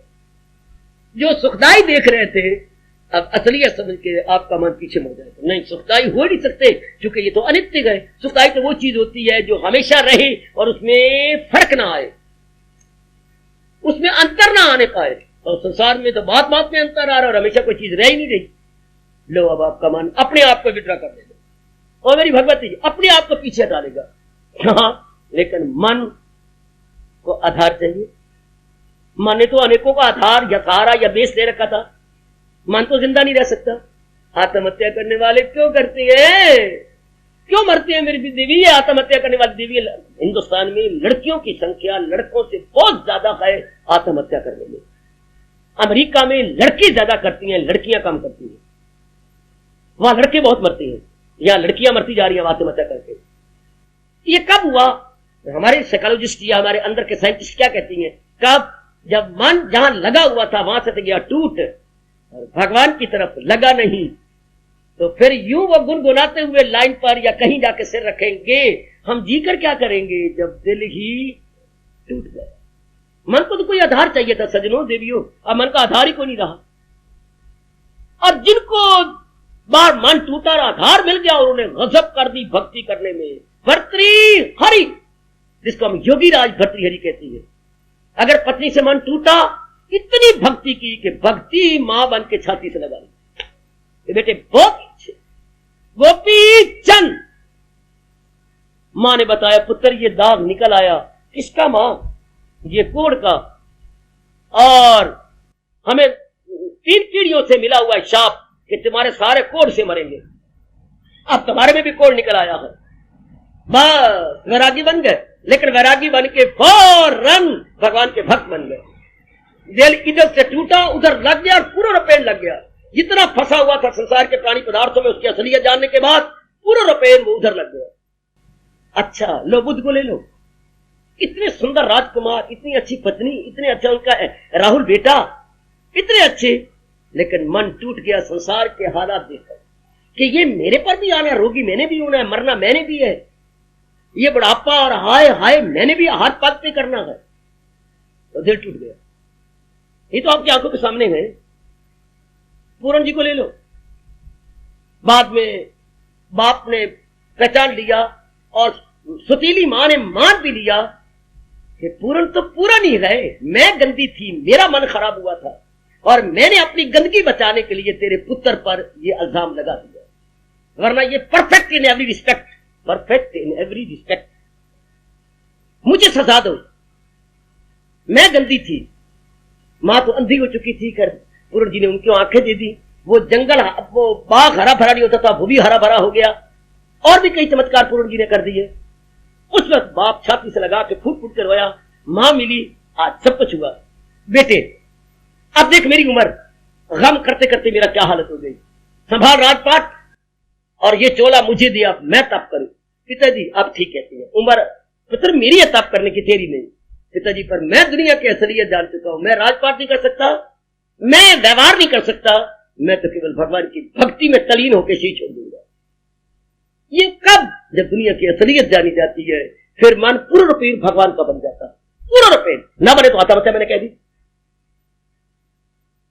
उनके बड़े अच्छे भाग्य जिनका मन टूटा और मालिक में लग गया, मैं उनका बोल रहा हूं। कितना गुग्गू हूं। आपके बहुत अच्छे भाग्य जो कई कारणों से चोट लगी और भगवान की ओर आप मुड़ गए, आप भगवान की ओर आ गए। बिना चोट के आप नहीं आ सकते। किसी ने कहा होगा तो आप 2 दिन आए होंगे, चले गए होंगे। कोई ना कुछ चोट लगनी चाहिए, तभी इनकलाब आता है, संसार की असलियत सामने आ जाती है कि जैसे जिस तरीके से मैं समझ रहा हूं संसार वो नहीं है। मैं संसार को सत्य और सुखदायी समझ रहा हूं, संसार जबकि असत्य और अत्यंत दुखदायी है। अब now there is a very good and pleasant revolution. कितना अच्छा इनकलाब आ रहा है। मेरी भगवती, मेरी देवियों, जब चोट लगी संसार ने अपनी असलियत दिखलाई कि यह है मेरी असलियत। जैसे मैंने एक बेटी से सुना था, क्या आपने एक जवान के जवानी को बचा दिया, क्या वो कहते मंगनी करो, बस अब बहुत लव अफेयर चल गए, अब मंगनी होनी चाहिए। आखिर में वो कहते ठीक है, हाँ जरा आओ इधर घर के अंदर। घर में आए, उसने अपने सलवार का पोंचा नीचे से उठा करके ऊपर करना शुरू कर दिया। ये आप देख लो, मुझे ये बीमारी निकली हुई है, ये सारे फुलवैरी के दाग हैं और अगर ये बढ़ गए तो कोढ़ भी हो सकता है। इसी तरह ये सारे मेरे ऊपर तक फैल चुकी है और फैलती जा रही है। ये मेरी असलियत है। शादी करोगे, भगवान तेरा भला करे, तूने बता दिया, तू अपने घर में तो मैं अपने घर में। जब किसी चीज की हम तो अपनी ओर से इमेजिनेशन करते हैं ना, कल्पना करते हैं, और रब अगर कृपा करके असलियत बता दे तो मन क्या हो जाता है, खट्टा हो जाता है। जितनी बेताबी थी उतनी क्या हो जाती है, मन वैरागी बन जाता है। बेताबी से वैरागी हो गया तो नहीं, ये तो कुछ भी नहीं है। आपके अभाग्य जो शरीर के रहते हुए आपके मन में बेताबी पैदा हो गई, आपका मन क्या हो गया, इससे टूट गया, इसकी असलियत जानकर, और फिर टूटा और भगवान की तरफ लग गया। रब दा की पावना एदू पटना एदिलाना। बुल्ले शाह के गुरु इनायत शाह ने यही तरीका बताया था। बोले रोज तो मेरे पास आता है, क्या करने आता है? साईं मुझे पता लगा है कि आप अल्लाह में समा गए, तो मुझे भी तरीका बताओ। तो आराम थे, प्याजों की पनीरी इधर से उखेड़ करके इधर खुली खुली दूसरे खेत जो तैयार से लगा रहे थे। तो बोले ये तो कोई बात नहीं, मैं क्या कर रहा हूँ, प्याजों के पनीर लगा लो, तो ये रब दा पा नहीं, अगर पक्का इरादा ही तो इधर से पट दे इधर लगा दो, जैसे मैं पनीर लगा रहा हूँ। टूटिया जाना किसी किसी के वश की बात है। दिल टूट जाना नाम रूपों से, ये तो नारी टोले में तो कोई कोई होती है। मन आपका नरम है, हाँ जैसे आलू आपने उबाल लिया, बिल्कुल उबल गया, अब उसमें जहां भी उंगली मारो बीच में चली जाएगी, तो आपका मन उबले हुए आलू की तरह है। फंस जाती है बड़ी जल्दी, आप बड़ी जल्दी माँ में फंस गई, बाप में फंस गई, बहन में, भाइयों में, फिर पति देव में बड़ी बुरी तरह फंस गई, फिर अपने बच्चों में फंस गई, फंसती जा रही, फिर बहू आएगी, फिर उसको चुनते चलते रहना, उसमें फंस जाना, फिर दूसरे पुत्र की बहू आएगी, फिर इतने में आयु खत्म हो जाएगी। फंसना ही फंसना, फंसना ही फंसना नारी का। फिर आप सत्संग में आ रही हैं, और सत्संग कोई कहानी का नहीं, सत्संग फिलॉसफी, ब्रह्म विद्या। तो क्या होता है, मन इधर से जो उम्मीदें बनाई बैठा था सुख दृष्टि वाली, खत्म हो गया। अब मन पूर्णपेन भगवान की ओर इंक्लाइंड, भगवान की ओर झुक गया। और जो दुख थे उनको अब शुक्र मनाती है कि कुब्बे ने लत पाई, सिद्धि आई। अगर कुबड़ी को भगवान ने जरा थोड़ा सा चोट मारी तो उसको कुबड़ी दूर कर दिया। वो हमारे पे लागू हो रहा है कि अगर संसार के कोई कष्ट आए तो बहुत अच्छे साबित हुए इन प्लेजेंट सेंस कि हमें हमारा असलियत पता लगने से महाराज जी की ओर मन लग गया, भगवान की ओर आपका मन लग गया, मेरी देवियों। वही मन जो बिखरा हुआ था यहां था वहां, अब इधर लग गया। यही तरीका बताया हमारे मां ऋषियों ने। क्या करो, जरा निश्चय शब्द को लो। संस्कृत और हिंदी अपने आप में परफेक्ट लैंग्वेज है बेटे, परफेक्ट अपने आप में संपूर्ण भाषा है। इसका एक एक शब्द पूरा अर्थ रखता है, बाकी भाषाओं में नहीं। बाकी भाषाओं इधर उधर से ली गई है। इसी के निश्चय को ले लो। नी शब्द उपसर्ग होता है शब्द को सुंदर बनाने के लिए। जैसे आपको अपने सुंदर बनाने के लिए ये यू पहन लेती, मेकअप कर लिया, इस तरह शब्दों को मेकअप करने के लिए कुछ उपसर्ग होते हैं। अगर आप थोड़ी बहुत भी हिंदी पढ़ी हुई थे, इसी तो ग्रामर ने या व्याकरण ने आपको बताया होगा। तो नी को परे कर दो, ये तो एक शब्द को सुंदर बनाने के लिए नी शब्द लग या उप लग जाती है, नी लग जाती है, वी लग जाती है, उस शब्द को जरा सुंदर बनाने, जैसे आप मेकअप करती हैं। अच्छा, नी को अलग कर दो। आगे आधा शाह आता है, निश्चय में मैं रहा हूं। आधा शाह विसर्गों के कारण से होता है। दो बिंदियों बोलते मुझे विसर्गे, जब से मैं बोलता हूं निस्संदेह, नी लिख के दो बिंदियां लगा के संदेह लिख दो, या निस्संदेह आधा सा बना दो, विसर्गों को आधा सा हो जाता है। अच्छा अच्छा अच्छा, विसर्गों को दो बिंदियों को आधा सा, ग्रामर ये कहती है। इसमें मैं और आप क्या कर सकते हैं, व्याकरण ऐसा कहता है।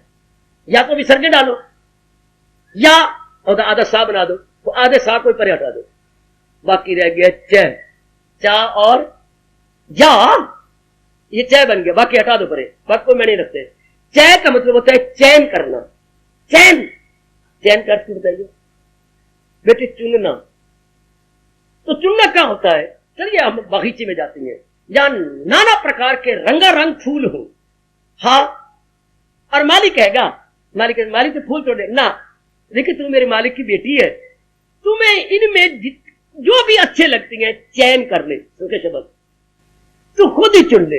आयो मैं कुर्बान हो, मेरी देवियों में कुर्बान हो, मेरे बुजुर्गों, मेरे अच्छे धार्मिक भाइयों में कुर्बान।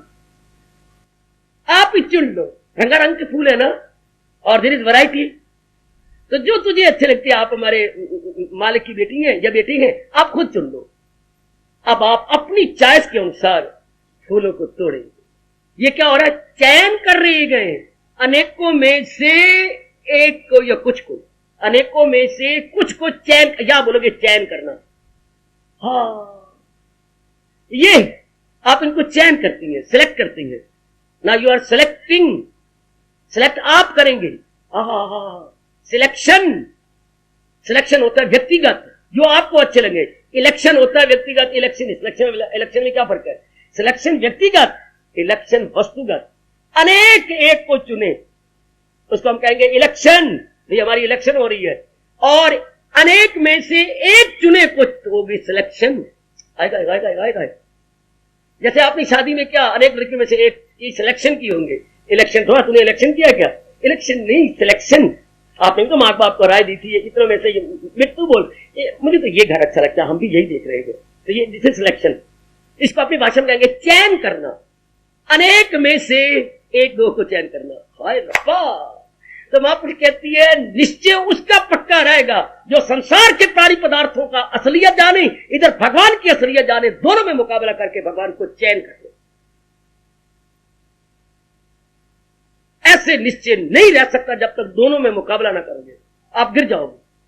जैसे अनेक गिर गए, उन्होंने दूध को उबाले में वैराग ले लिया, वैराग नहीं निभा सके, फिर उस गंदे संसार को फिर चंगा समझने लग गए। हाँ, चूंकि उन्होंने बुद्धि से वैराग नहीं लिया, ज्ञान से वैराग नहीं लिया, बस एक उबाला आया और उसे उबाले में ले लिया, वो बात ही नहीं बनी। तो हमारी महापुरुष कहती है, गीता कृष्ण कहती है, ऐसे नहीं वैरागी बनना, ऐसे भगवान का चिंतन नहीं करना, दिल टूट जाएगा। मुकाबला करो, हाँ, दोनों में कंपेयर कंट्रास्ट करो, कंपेयर एंड कंट्रास्ट, तुलनात्मक अध्ययन। आप तुलनात्मक अध्ययन कीजिए। जैसे मैंने संसार के बारे में आपको बहुत कुछ विस्तार से बता दिया, भगवान के बारे में कुछ प्रकाश डाला है। आप दोनों मुकाबला कीजिएगा, खामखा आपका मन भगवान की ओर झुक जाएगा। जैसे माली ने कहा, आप मेरी मालिक की बेटी हैं, आप खुद ही चुन लो, नाना प्रकार के रंगारंग फूल खिले हुए हैं, जो तुझे अच्छी लगती हैं। हाँ, ये ले जो है टोकरी छोटी सी है, इसमें डालती जा। Very good, very good, very good, very good, डालती जा, डालती जा। आज तो सीता जी फूल चुनने थी, अब उस फूल में अगर राम चुने गया तो मैं क्या करूं और आप क्या करें। आज तो वो अपने फूल चुनने थी ना, और चुन बैठी कुछ और दा, और उधर ही आंख लगानी थी, फूलों की तरफ लगा बैठी वहां। शाबाश, वो भी तो चैन किया। इधर भी आप जो अगर भगवान का भजन कर रहे हैं, ये करते रहे, भगवान करे, चैन कीजिए, प्लीज कंपेयर एंड कंट्रास्ट। संसार का एस्पेक्ट क्या है, भगवान का एस्पेक्ट क्या है, संसार के कर्मों का परिणाम क्या होता है, भगवान के कर्मों में परिणाम क्या होता है, सीधी कॉन्सिक्वेंसेस है, रिजल्ट। इनके लिए अगर मैं कर्म करूंगा, इसका परिणाम नाना प्रकार के दुख, और अगर भगवान किससे प्यार करके मैं कर्म करता हूं तो क्या होगा, यहां भी सुख से रहूंगा और मेरा परलोक भी सुख से भरपूर हो जाएगा। प्लीज, जब तक हम इस तरह मुकाबला करके मन को झुका नहीं लेते, तब तक हर समय खतरा है कि आप हट जाओगे, गिर जाओगे। आपका मन नरम होता है, अब पत्थर हो जाएगा। अब आपने कहावत नहीं सुनी, अक्खी देख के मक्खी कोई नहीं निगलता। अब आपने देख लिया, संसार प्यार करने योग्य नहीं, चाहने योग्य नहीं। इसमें सुख दृष्टि थी क्या, मेरी महामूर्खता, not error, not mistake, but blunder. मैं तो ब्लंडर कर रहा था, भयानक भूल कर रहा था, इसको चाह रहा था, जो कि आज तक किसी की बनी नहीं, वेश्या की तरह। ये तो किसी की नहीं बनी। हाँ, संसार को अनेकों ने चाहा, पर संसार किसी का नहीं बना। संसार कहते हम कैसे बने, हमारा स्वभाव ही बदल जाना है, हमारा स्वभाव ही मिट जाना है, मिट जाना, बदल जाना। अब करें क्या, वो बदल जाती है, मिट जाती है। शाबाश, शाबाश, शाबाश, शाबाश। फूल तो नाना प्रकार के होते हैं, मैंने अभी बताया। हाँ, इनमें एक निराला फूल रब ने बनाया है, निराला। क्या करोगी तोड़कर, ना तोड़ा कर, ना तोड़, ना तोड़। क्यों, ये लाजवंती का फूल है। थोड़ा सा भी आपने स्पर्श किया नहीं, और उसने अपनी पंखड़ियों को शर्म के मारे यूं नहीं कर ली। आप में तो शर्म नहीं रही, पर लाजवंती में तो अब भी शर्म है। गुलाब को देख के या किसी को देख के उनमें तो शर्म है, और नाम क्या रखा हुआ है, लाजवंती। वाह, अगर आप में कोई लाजवंती हो तो मेरा हार्दिक प्रणाम और आशीर्वाद। जरा सा आप छुए सही, और वो बस लज्जा के मारे, क्या उसकी पंखड़ियां, मैं देखता रहा हूं भाई, पहले मैं मानता नहीं था, पर मुझे किसी ने बताया, मैं देख के जरा परे चला गया। घड़ी देख के 12 मिनट 13 मिनट के बाद वापस आया, वो खिड़ रही थी, पर मैं परे हट गया। मैंने जो करती है लाज, तो मुझे क्या पड़ी। फिर उसकी खिड़ती है 12 मिनट के बाद, पत्ते फिर पीछे हटेंगे। लाजवंती, अब हम लाजवंती के फूल को नहीं तोड़ेंगे, वो शर्मा जाती है। अब चैन कर लो संसार को। संसार लाजवंती के फूलों की तरह कुमला जाता है, हमारा साथ नहीं देता। हम जो इसे उम्मीद रखती हैं, वो ये उम्मीद पूरी कर नहीं सकता। वो कहते मैं नहीं कर सकता, क्योंकि मैं हर समय बदल रहा हूं।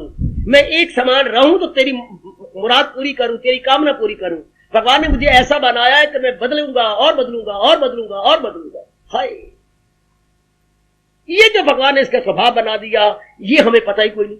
हम तो इसको सुख दृष्टि से देखती है, संसार के प्राणी पदार्थों को, या आप लोगों को कोई सुख दृष्टि देखता है, या आप नरक को देख लेती है। पर सुख दृष्टि वाकई बनी रहती है अगर उसमें तब्दीली ना आती। उसकी बुद्धि में तब्दीली, उसके मन में तब्दीली, उसके तन में तब्दीली, उसकी खूबसूरती में तब्दीली, उसके स्वभाव में तब्दीली, उसके रिश्तेदारों में तब्दीली। बताओ मैं कहां तक गिनाऊं, हर बात में तब्दीली आती है, नर के अंदर, नारी के अंदर। और जब आप मां बनने लगे, तब्दीली तेरे में इतनी आती है जिसका वर्णन मैं क्या करूं। जरा सा मां बनने, जन्नी बन जाओ, जरा सा गर्भवती हो जाओ, कितना रूप रंग सारा कुछ और का और आपका डील डॉल भी कुछ और का और हो जाता है। इतनी तब्दीली की नारी में आ जाती है। दुबली पितली जो हिरनी की तरह थी, वो भैंस बन जाती है। हाँ, इतनी हवा भर जाती है। और कई बड़ी मोटी थी, इतनी कुछ अंदर से अवस्था बदल जाती है कि बिल्कुल दुबली पतली बन के आप भी मर गई और बच्चा भी पेट में मर गया। कितनी तब्दीली, कितनी जोरदार। जी हाँ, इसलिए तो हमारे सरताज और मन के राजा ने हाँ आपको मिट्टी चुटकी भरते हुए कहा, एक कड़वी चुटकी होती है जो कि चुटकी मार ली, एक मीठी चुटकी होती है, वो अच्छी लगती है। भगवान ने ये मीठी चुटकी भर के कहा, खबरदार जी मेरे प्रभु, दाना कहा इनसे, इसको मैं मीठी चुटकी कहता हूं। ये मीठी चुटकी है मेरी बेटी, कि दाना आदमी तो इसमें उलझेगा नहीं, जो गधे की तरह इंसान है वो उलझेंगे हैं। आहा, आजकल जवान अपने आप को कहा हम तो यंकी हैं, यंकी, यंग से बना लिया यंकी। और लक्षण देखो इनके, कपड़े कुपड़े, इनकी पैंटे पुट्टे देखो ना जरा। एक को मैंने कहा, बच्चे किस काम में तुम यंकी हो? हमारे हर काम जरा फुर्तीले होते हैं, जरा ऐसे होते हैं। लेकिन अगर मेरे पर विश्वास होना कि मैं सच बोलता हूं, नहीं आप सच बोलेंगे, तो मेरी दृष्टि में आपको मैं लिबास देखता हूं, नीचे ऊपर, और लक्षण देखता हूं, तो यंकी नहीं है। बुरा न मनाना मेरे पुत्र, ना है डंकी है, डंकी। बात तो ठीक है बाबा, मैं यंकी नहीं हूं, वाकई डंकी हूं। यंकी कुछ और होते हैं, डंकी हो जो होता है ढीचू ढीचू करता है, लद करता। आपका व्यवहार, आपके कपड़े, आपके नीचे ऊपर डॉल डॉल, यंकी नहीं डंकी। तो बच्चे अगर हम संसार को यथार्थ रूप में देखें तो यंकी नहीं है, जस्ट लाइक डंक। क्यों बदल जाता है on every step, on every minute, on every second. इसलिए मेरे परमात्मा कहते हो, खबरदार। परमात्मा क्या कह रहे हो मेरे प्रभु? ताल्लुक से पैदा जो होता है सुख, उसी से प्रगट हो आकर में। जिसके कांटेक्ट में आकर आपने सुख पाया, बेटी दुख वहीं से पाया। हाय रब्बा, तूने क्या नियम बनाया, ये दुनिया का नियम क्या है? जिससे आपने सुख पाया, पति से वहीं से दुख, पत्नी से वहीं से दुख, बेटों से वहीं से दुख। हाय, आपने शरीर से सुख पाया, वहीं से दुख। वाह, अपने माँ बाप से वहीं से दुख, अपने बहन भाइयों से वहीं से दुख। भाई बहुत ही अच्छा होता है, भाभी आकर के या भरजाई आके पता नहीं क्या कर देती है, पता नहीं हो क्या जाता है उसको। काजल वाली आंखों से या सुरमे वाली आंखों से ऐसे देखती है कि भाई का मन ही काला हो जाता है, अंदर से काला हो गया भाई। काजल ने शरीर को काला करने के बजाय भैया के मन को काला कर दिया। कितना अंतर आ जाता है सगे भाई के अंदर। शादी के बाद मैंने अपनी बहनों को घर में देखा था, कितना अंतर आ गया। लूटना चाहती है पिताजी को। मेरे वैराग का पहला कारण यही था कि मेरे से बड़ी बहनें, जिनका मैं एक क्या कहूं बेटी समान हूं, इतनी बड़ी, और शादी के बाद बेचारे एक पिताजी जिन्होंने इतनी जिम्मेवारी पूरी करनी, उनको लूटती हैं। वो प्यार कहां गया, वो हमदर्दी कहां गई, वो मां का दूध पिया हुआ कहां गया? इतनी भारी तब्दीली कि सिवाय रोने के मेरे पास कुछ भी नहीं था। ऐसा क्यों?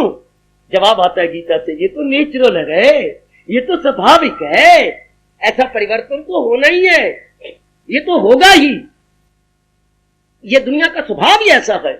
हर समय बदल जाना दुनिया का स्वभाव है, जो अब हम देख भी रहे हैं और पक्का कर रहे हैं। अभी क्या था, अभी क्या है, इसी का नाम दुनिया है। बाथरूम में बैठ के गाते रहना।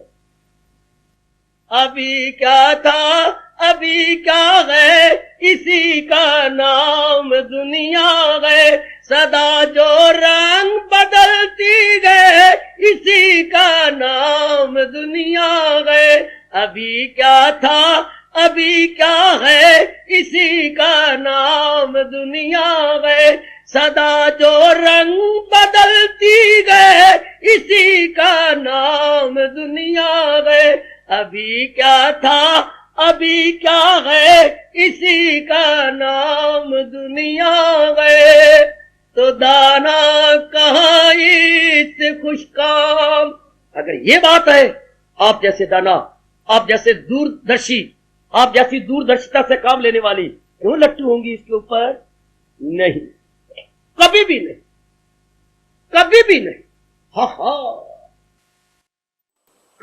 पुत्र क्या सुहावी, हर दुनियादार मक्कारा हूँ, किधर चली दुनिया बाहू लेकर मौज बाहर। जिन्होंने इस चीज से आशा छोड़ दी, वो बहुत पहाड़ों में रहेंगे, और जिन्होंने इससे आशा रखी कर दी, शरीर होंगे खराब हो। देवा पुत्र क्या सुहावी, हर दुनियादार मक्कारा हूँ, जिन्हें चली दुनिया बाहू को लेकर मौज बाहर। बाहू जी का कलाम बड़े सुंदर कलाम, बड़े सुंदर कलाम। जितना कोई समझाया आज आपने, थोड़ा सा विचार तो कर लेना। मैंने दोनों असलियत बताने की भगवान की शक्ति से कोशिश की है। संसार का स्वरूप क्या है? भगवान का स्वरूप क्या है। दोनों में मुकाबला किया जाए तो खाम मन आंसू आता हुआ और पश्चाताप करता हुआ भगवान की ओर झुक जाता, भगवान का प्यारा बन जाता है। यही तो भगवान कहते यूं निश्चय करो, चयन करो, बार बार चुनो, बार बार अपनी तबीयत के अनुसार चुन लो और चुना ही जाता है। जब हम मुकाबला करेंगे, नहीं ये मैं राजवती नहीं लेता, ये मैं नरगिस को भी नहीं छोड़ता ना, वो गुलाब का फूल है, गुलाब का फूल, ये सफेद गुलाब का फूल भी नहीं लेता, ना ना ना ना, ये और ये गुलाब का फूल बड़ा सुंदर सा है, हाँ ये बहुत सुंदर है, ये बहुत अच्छा। गुलाब का फूल भी 5-6 प्रकार के होते हैं, पर ये जो लाल लाल है और इतना खिला हुआ है, ये बहुत अच्छा है। ये कैसे पता लगा जब मुकाबला किया आपने? हमारा निश्चय कब हुआ? भगवान कहते मेरे प्यारे दिन निश्चय होती है जब हमने संसार में भगवान ने खुला भगवान द्वारा बख्शी बुद्धि के आधार पर मुकाबला करना शुरू करती है। जब चीज मुकाबले में आ जाती है, हाँ फिर हम कब के पकड़ लेते, हमारी जान जाए भगवान अब मेरे से नहीं जाते। अब मैंने भक्ति करवानी है कि दुनिया जो है व्यवहार करने जो गए, पर जो मैं विश्वास कर रहा था शांति मिलेगी, आराम मिलेगा, चैन मिलेगा, नहीं मेरी सारी दृष्टि गंदी थी। मैं कह रहा था ये सुख देंगे, सुख क्या देंगे, तो थोड़ी देर के लिए रुके हुए और उसके बाद इनमें तब्दीली आ जाएगी, फिर मुझे रोना पड़ेगा। इसलिए दुनिया के प्यारे सार होती है और रब के प्यारे शुरू में रोती है, पर बाद में हंसते ही रहते हैं। उनको शुरू के में प्रेम के आंसू बहाने पड़ते हैं और दुनिया वाले शुरू में भी रोना, बीच में भी रोना, हमेशा ही रोना। हाँ मैं क्षमा चाहता हूँ, उस दिन में हंस लेती है जिस दिन इनकी शादी हो रही है, बस उसी दिन के हंस लेती है। बस बाप और बेटा, छोटा बेटा कोई 9-10 साल का था, वो जा रहे थे, पीछे से डोली आ रही थी और वो लड़का आगे आगे पीछे गांठ बंधी हुई है, लड़की पीछे पीछे, लड़की रोटी आ रही है सारों साल। हमारे वक्त ऐसे कमला मेला में बड़ी रोटी और वो आगे मुस्कुराता हुआ आ रहा है, चुटकी भरता हुआ आ रहा है, भरता हुआ आ रहा है। हाँ तो लड़के ने अपने बाप से पूछा, पिताजी पिताजी पिताजी पिताजी, हाँ पिताजी ये क्या हो रहा है, ये अगला कौन है? अगला इसका पति है। अच्छा तो ये इसकी पत्नी है। अच्छा इनकी शादी हो गई है? हाँ पिताजी पिताजी पिताजी इनकी शादी कब हुई है? अब ये भी हो रही है।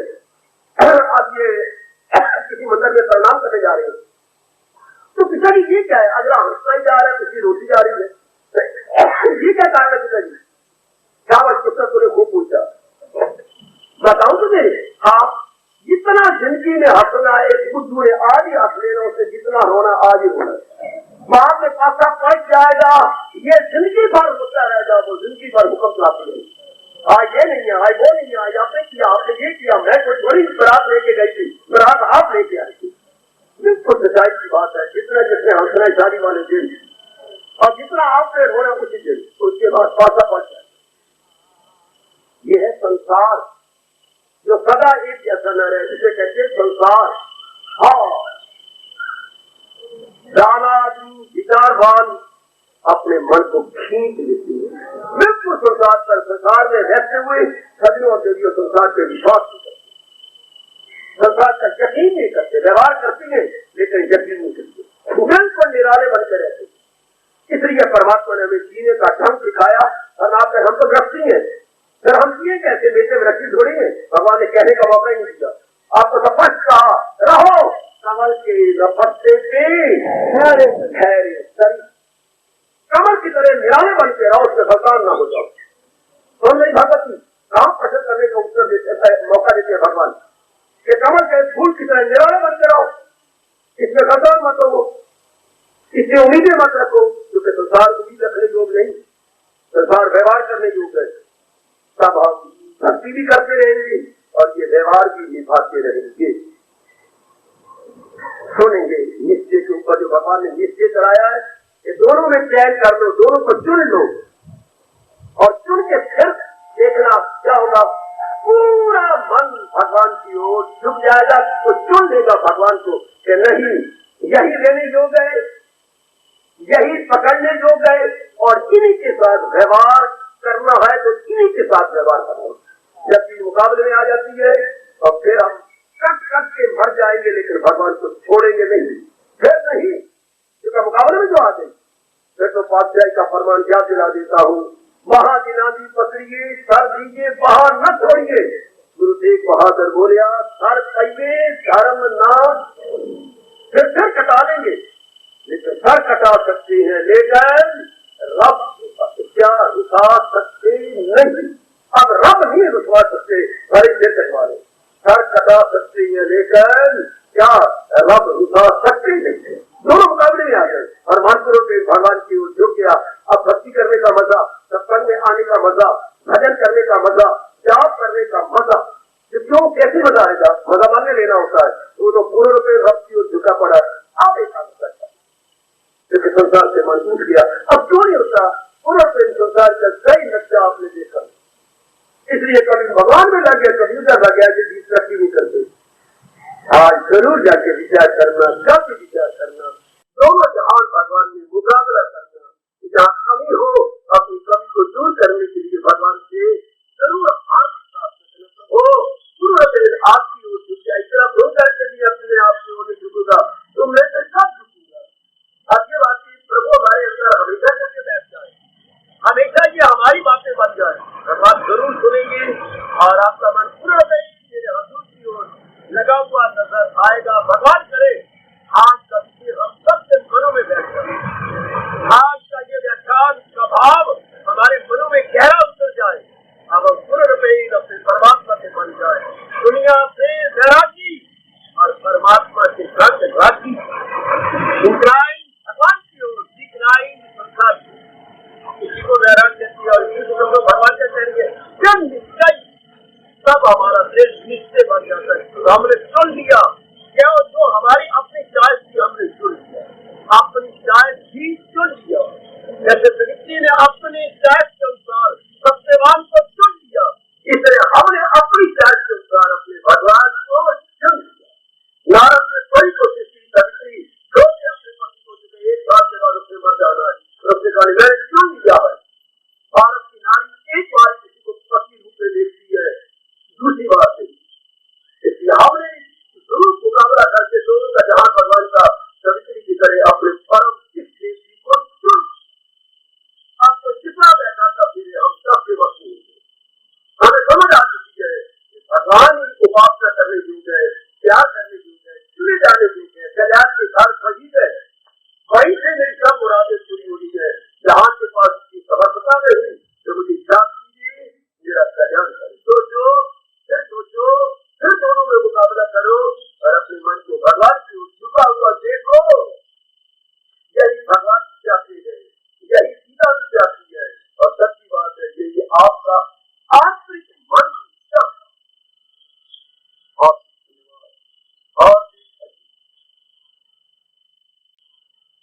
अब अपनी शहंशाह की आज आरती बड़े प्रेम और श्रद्धा से उतारे।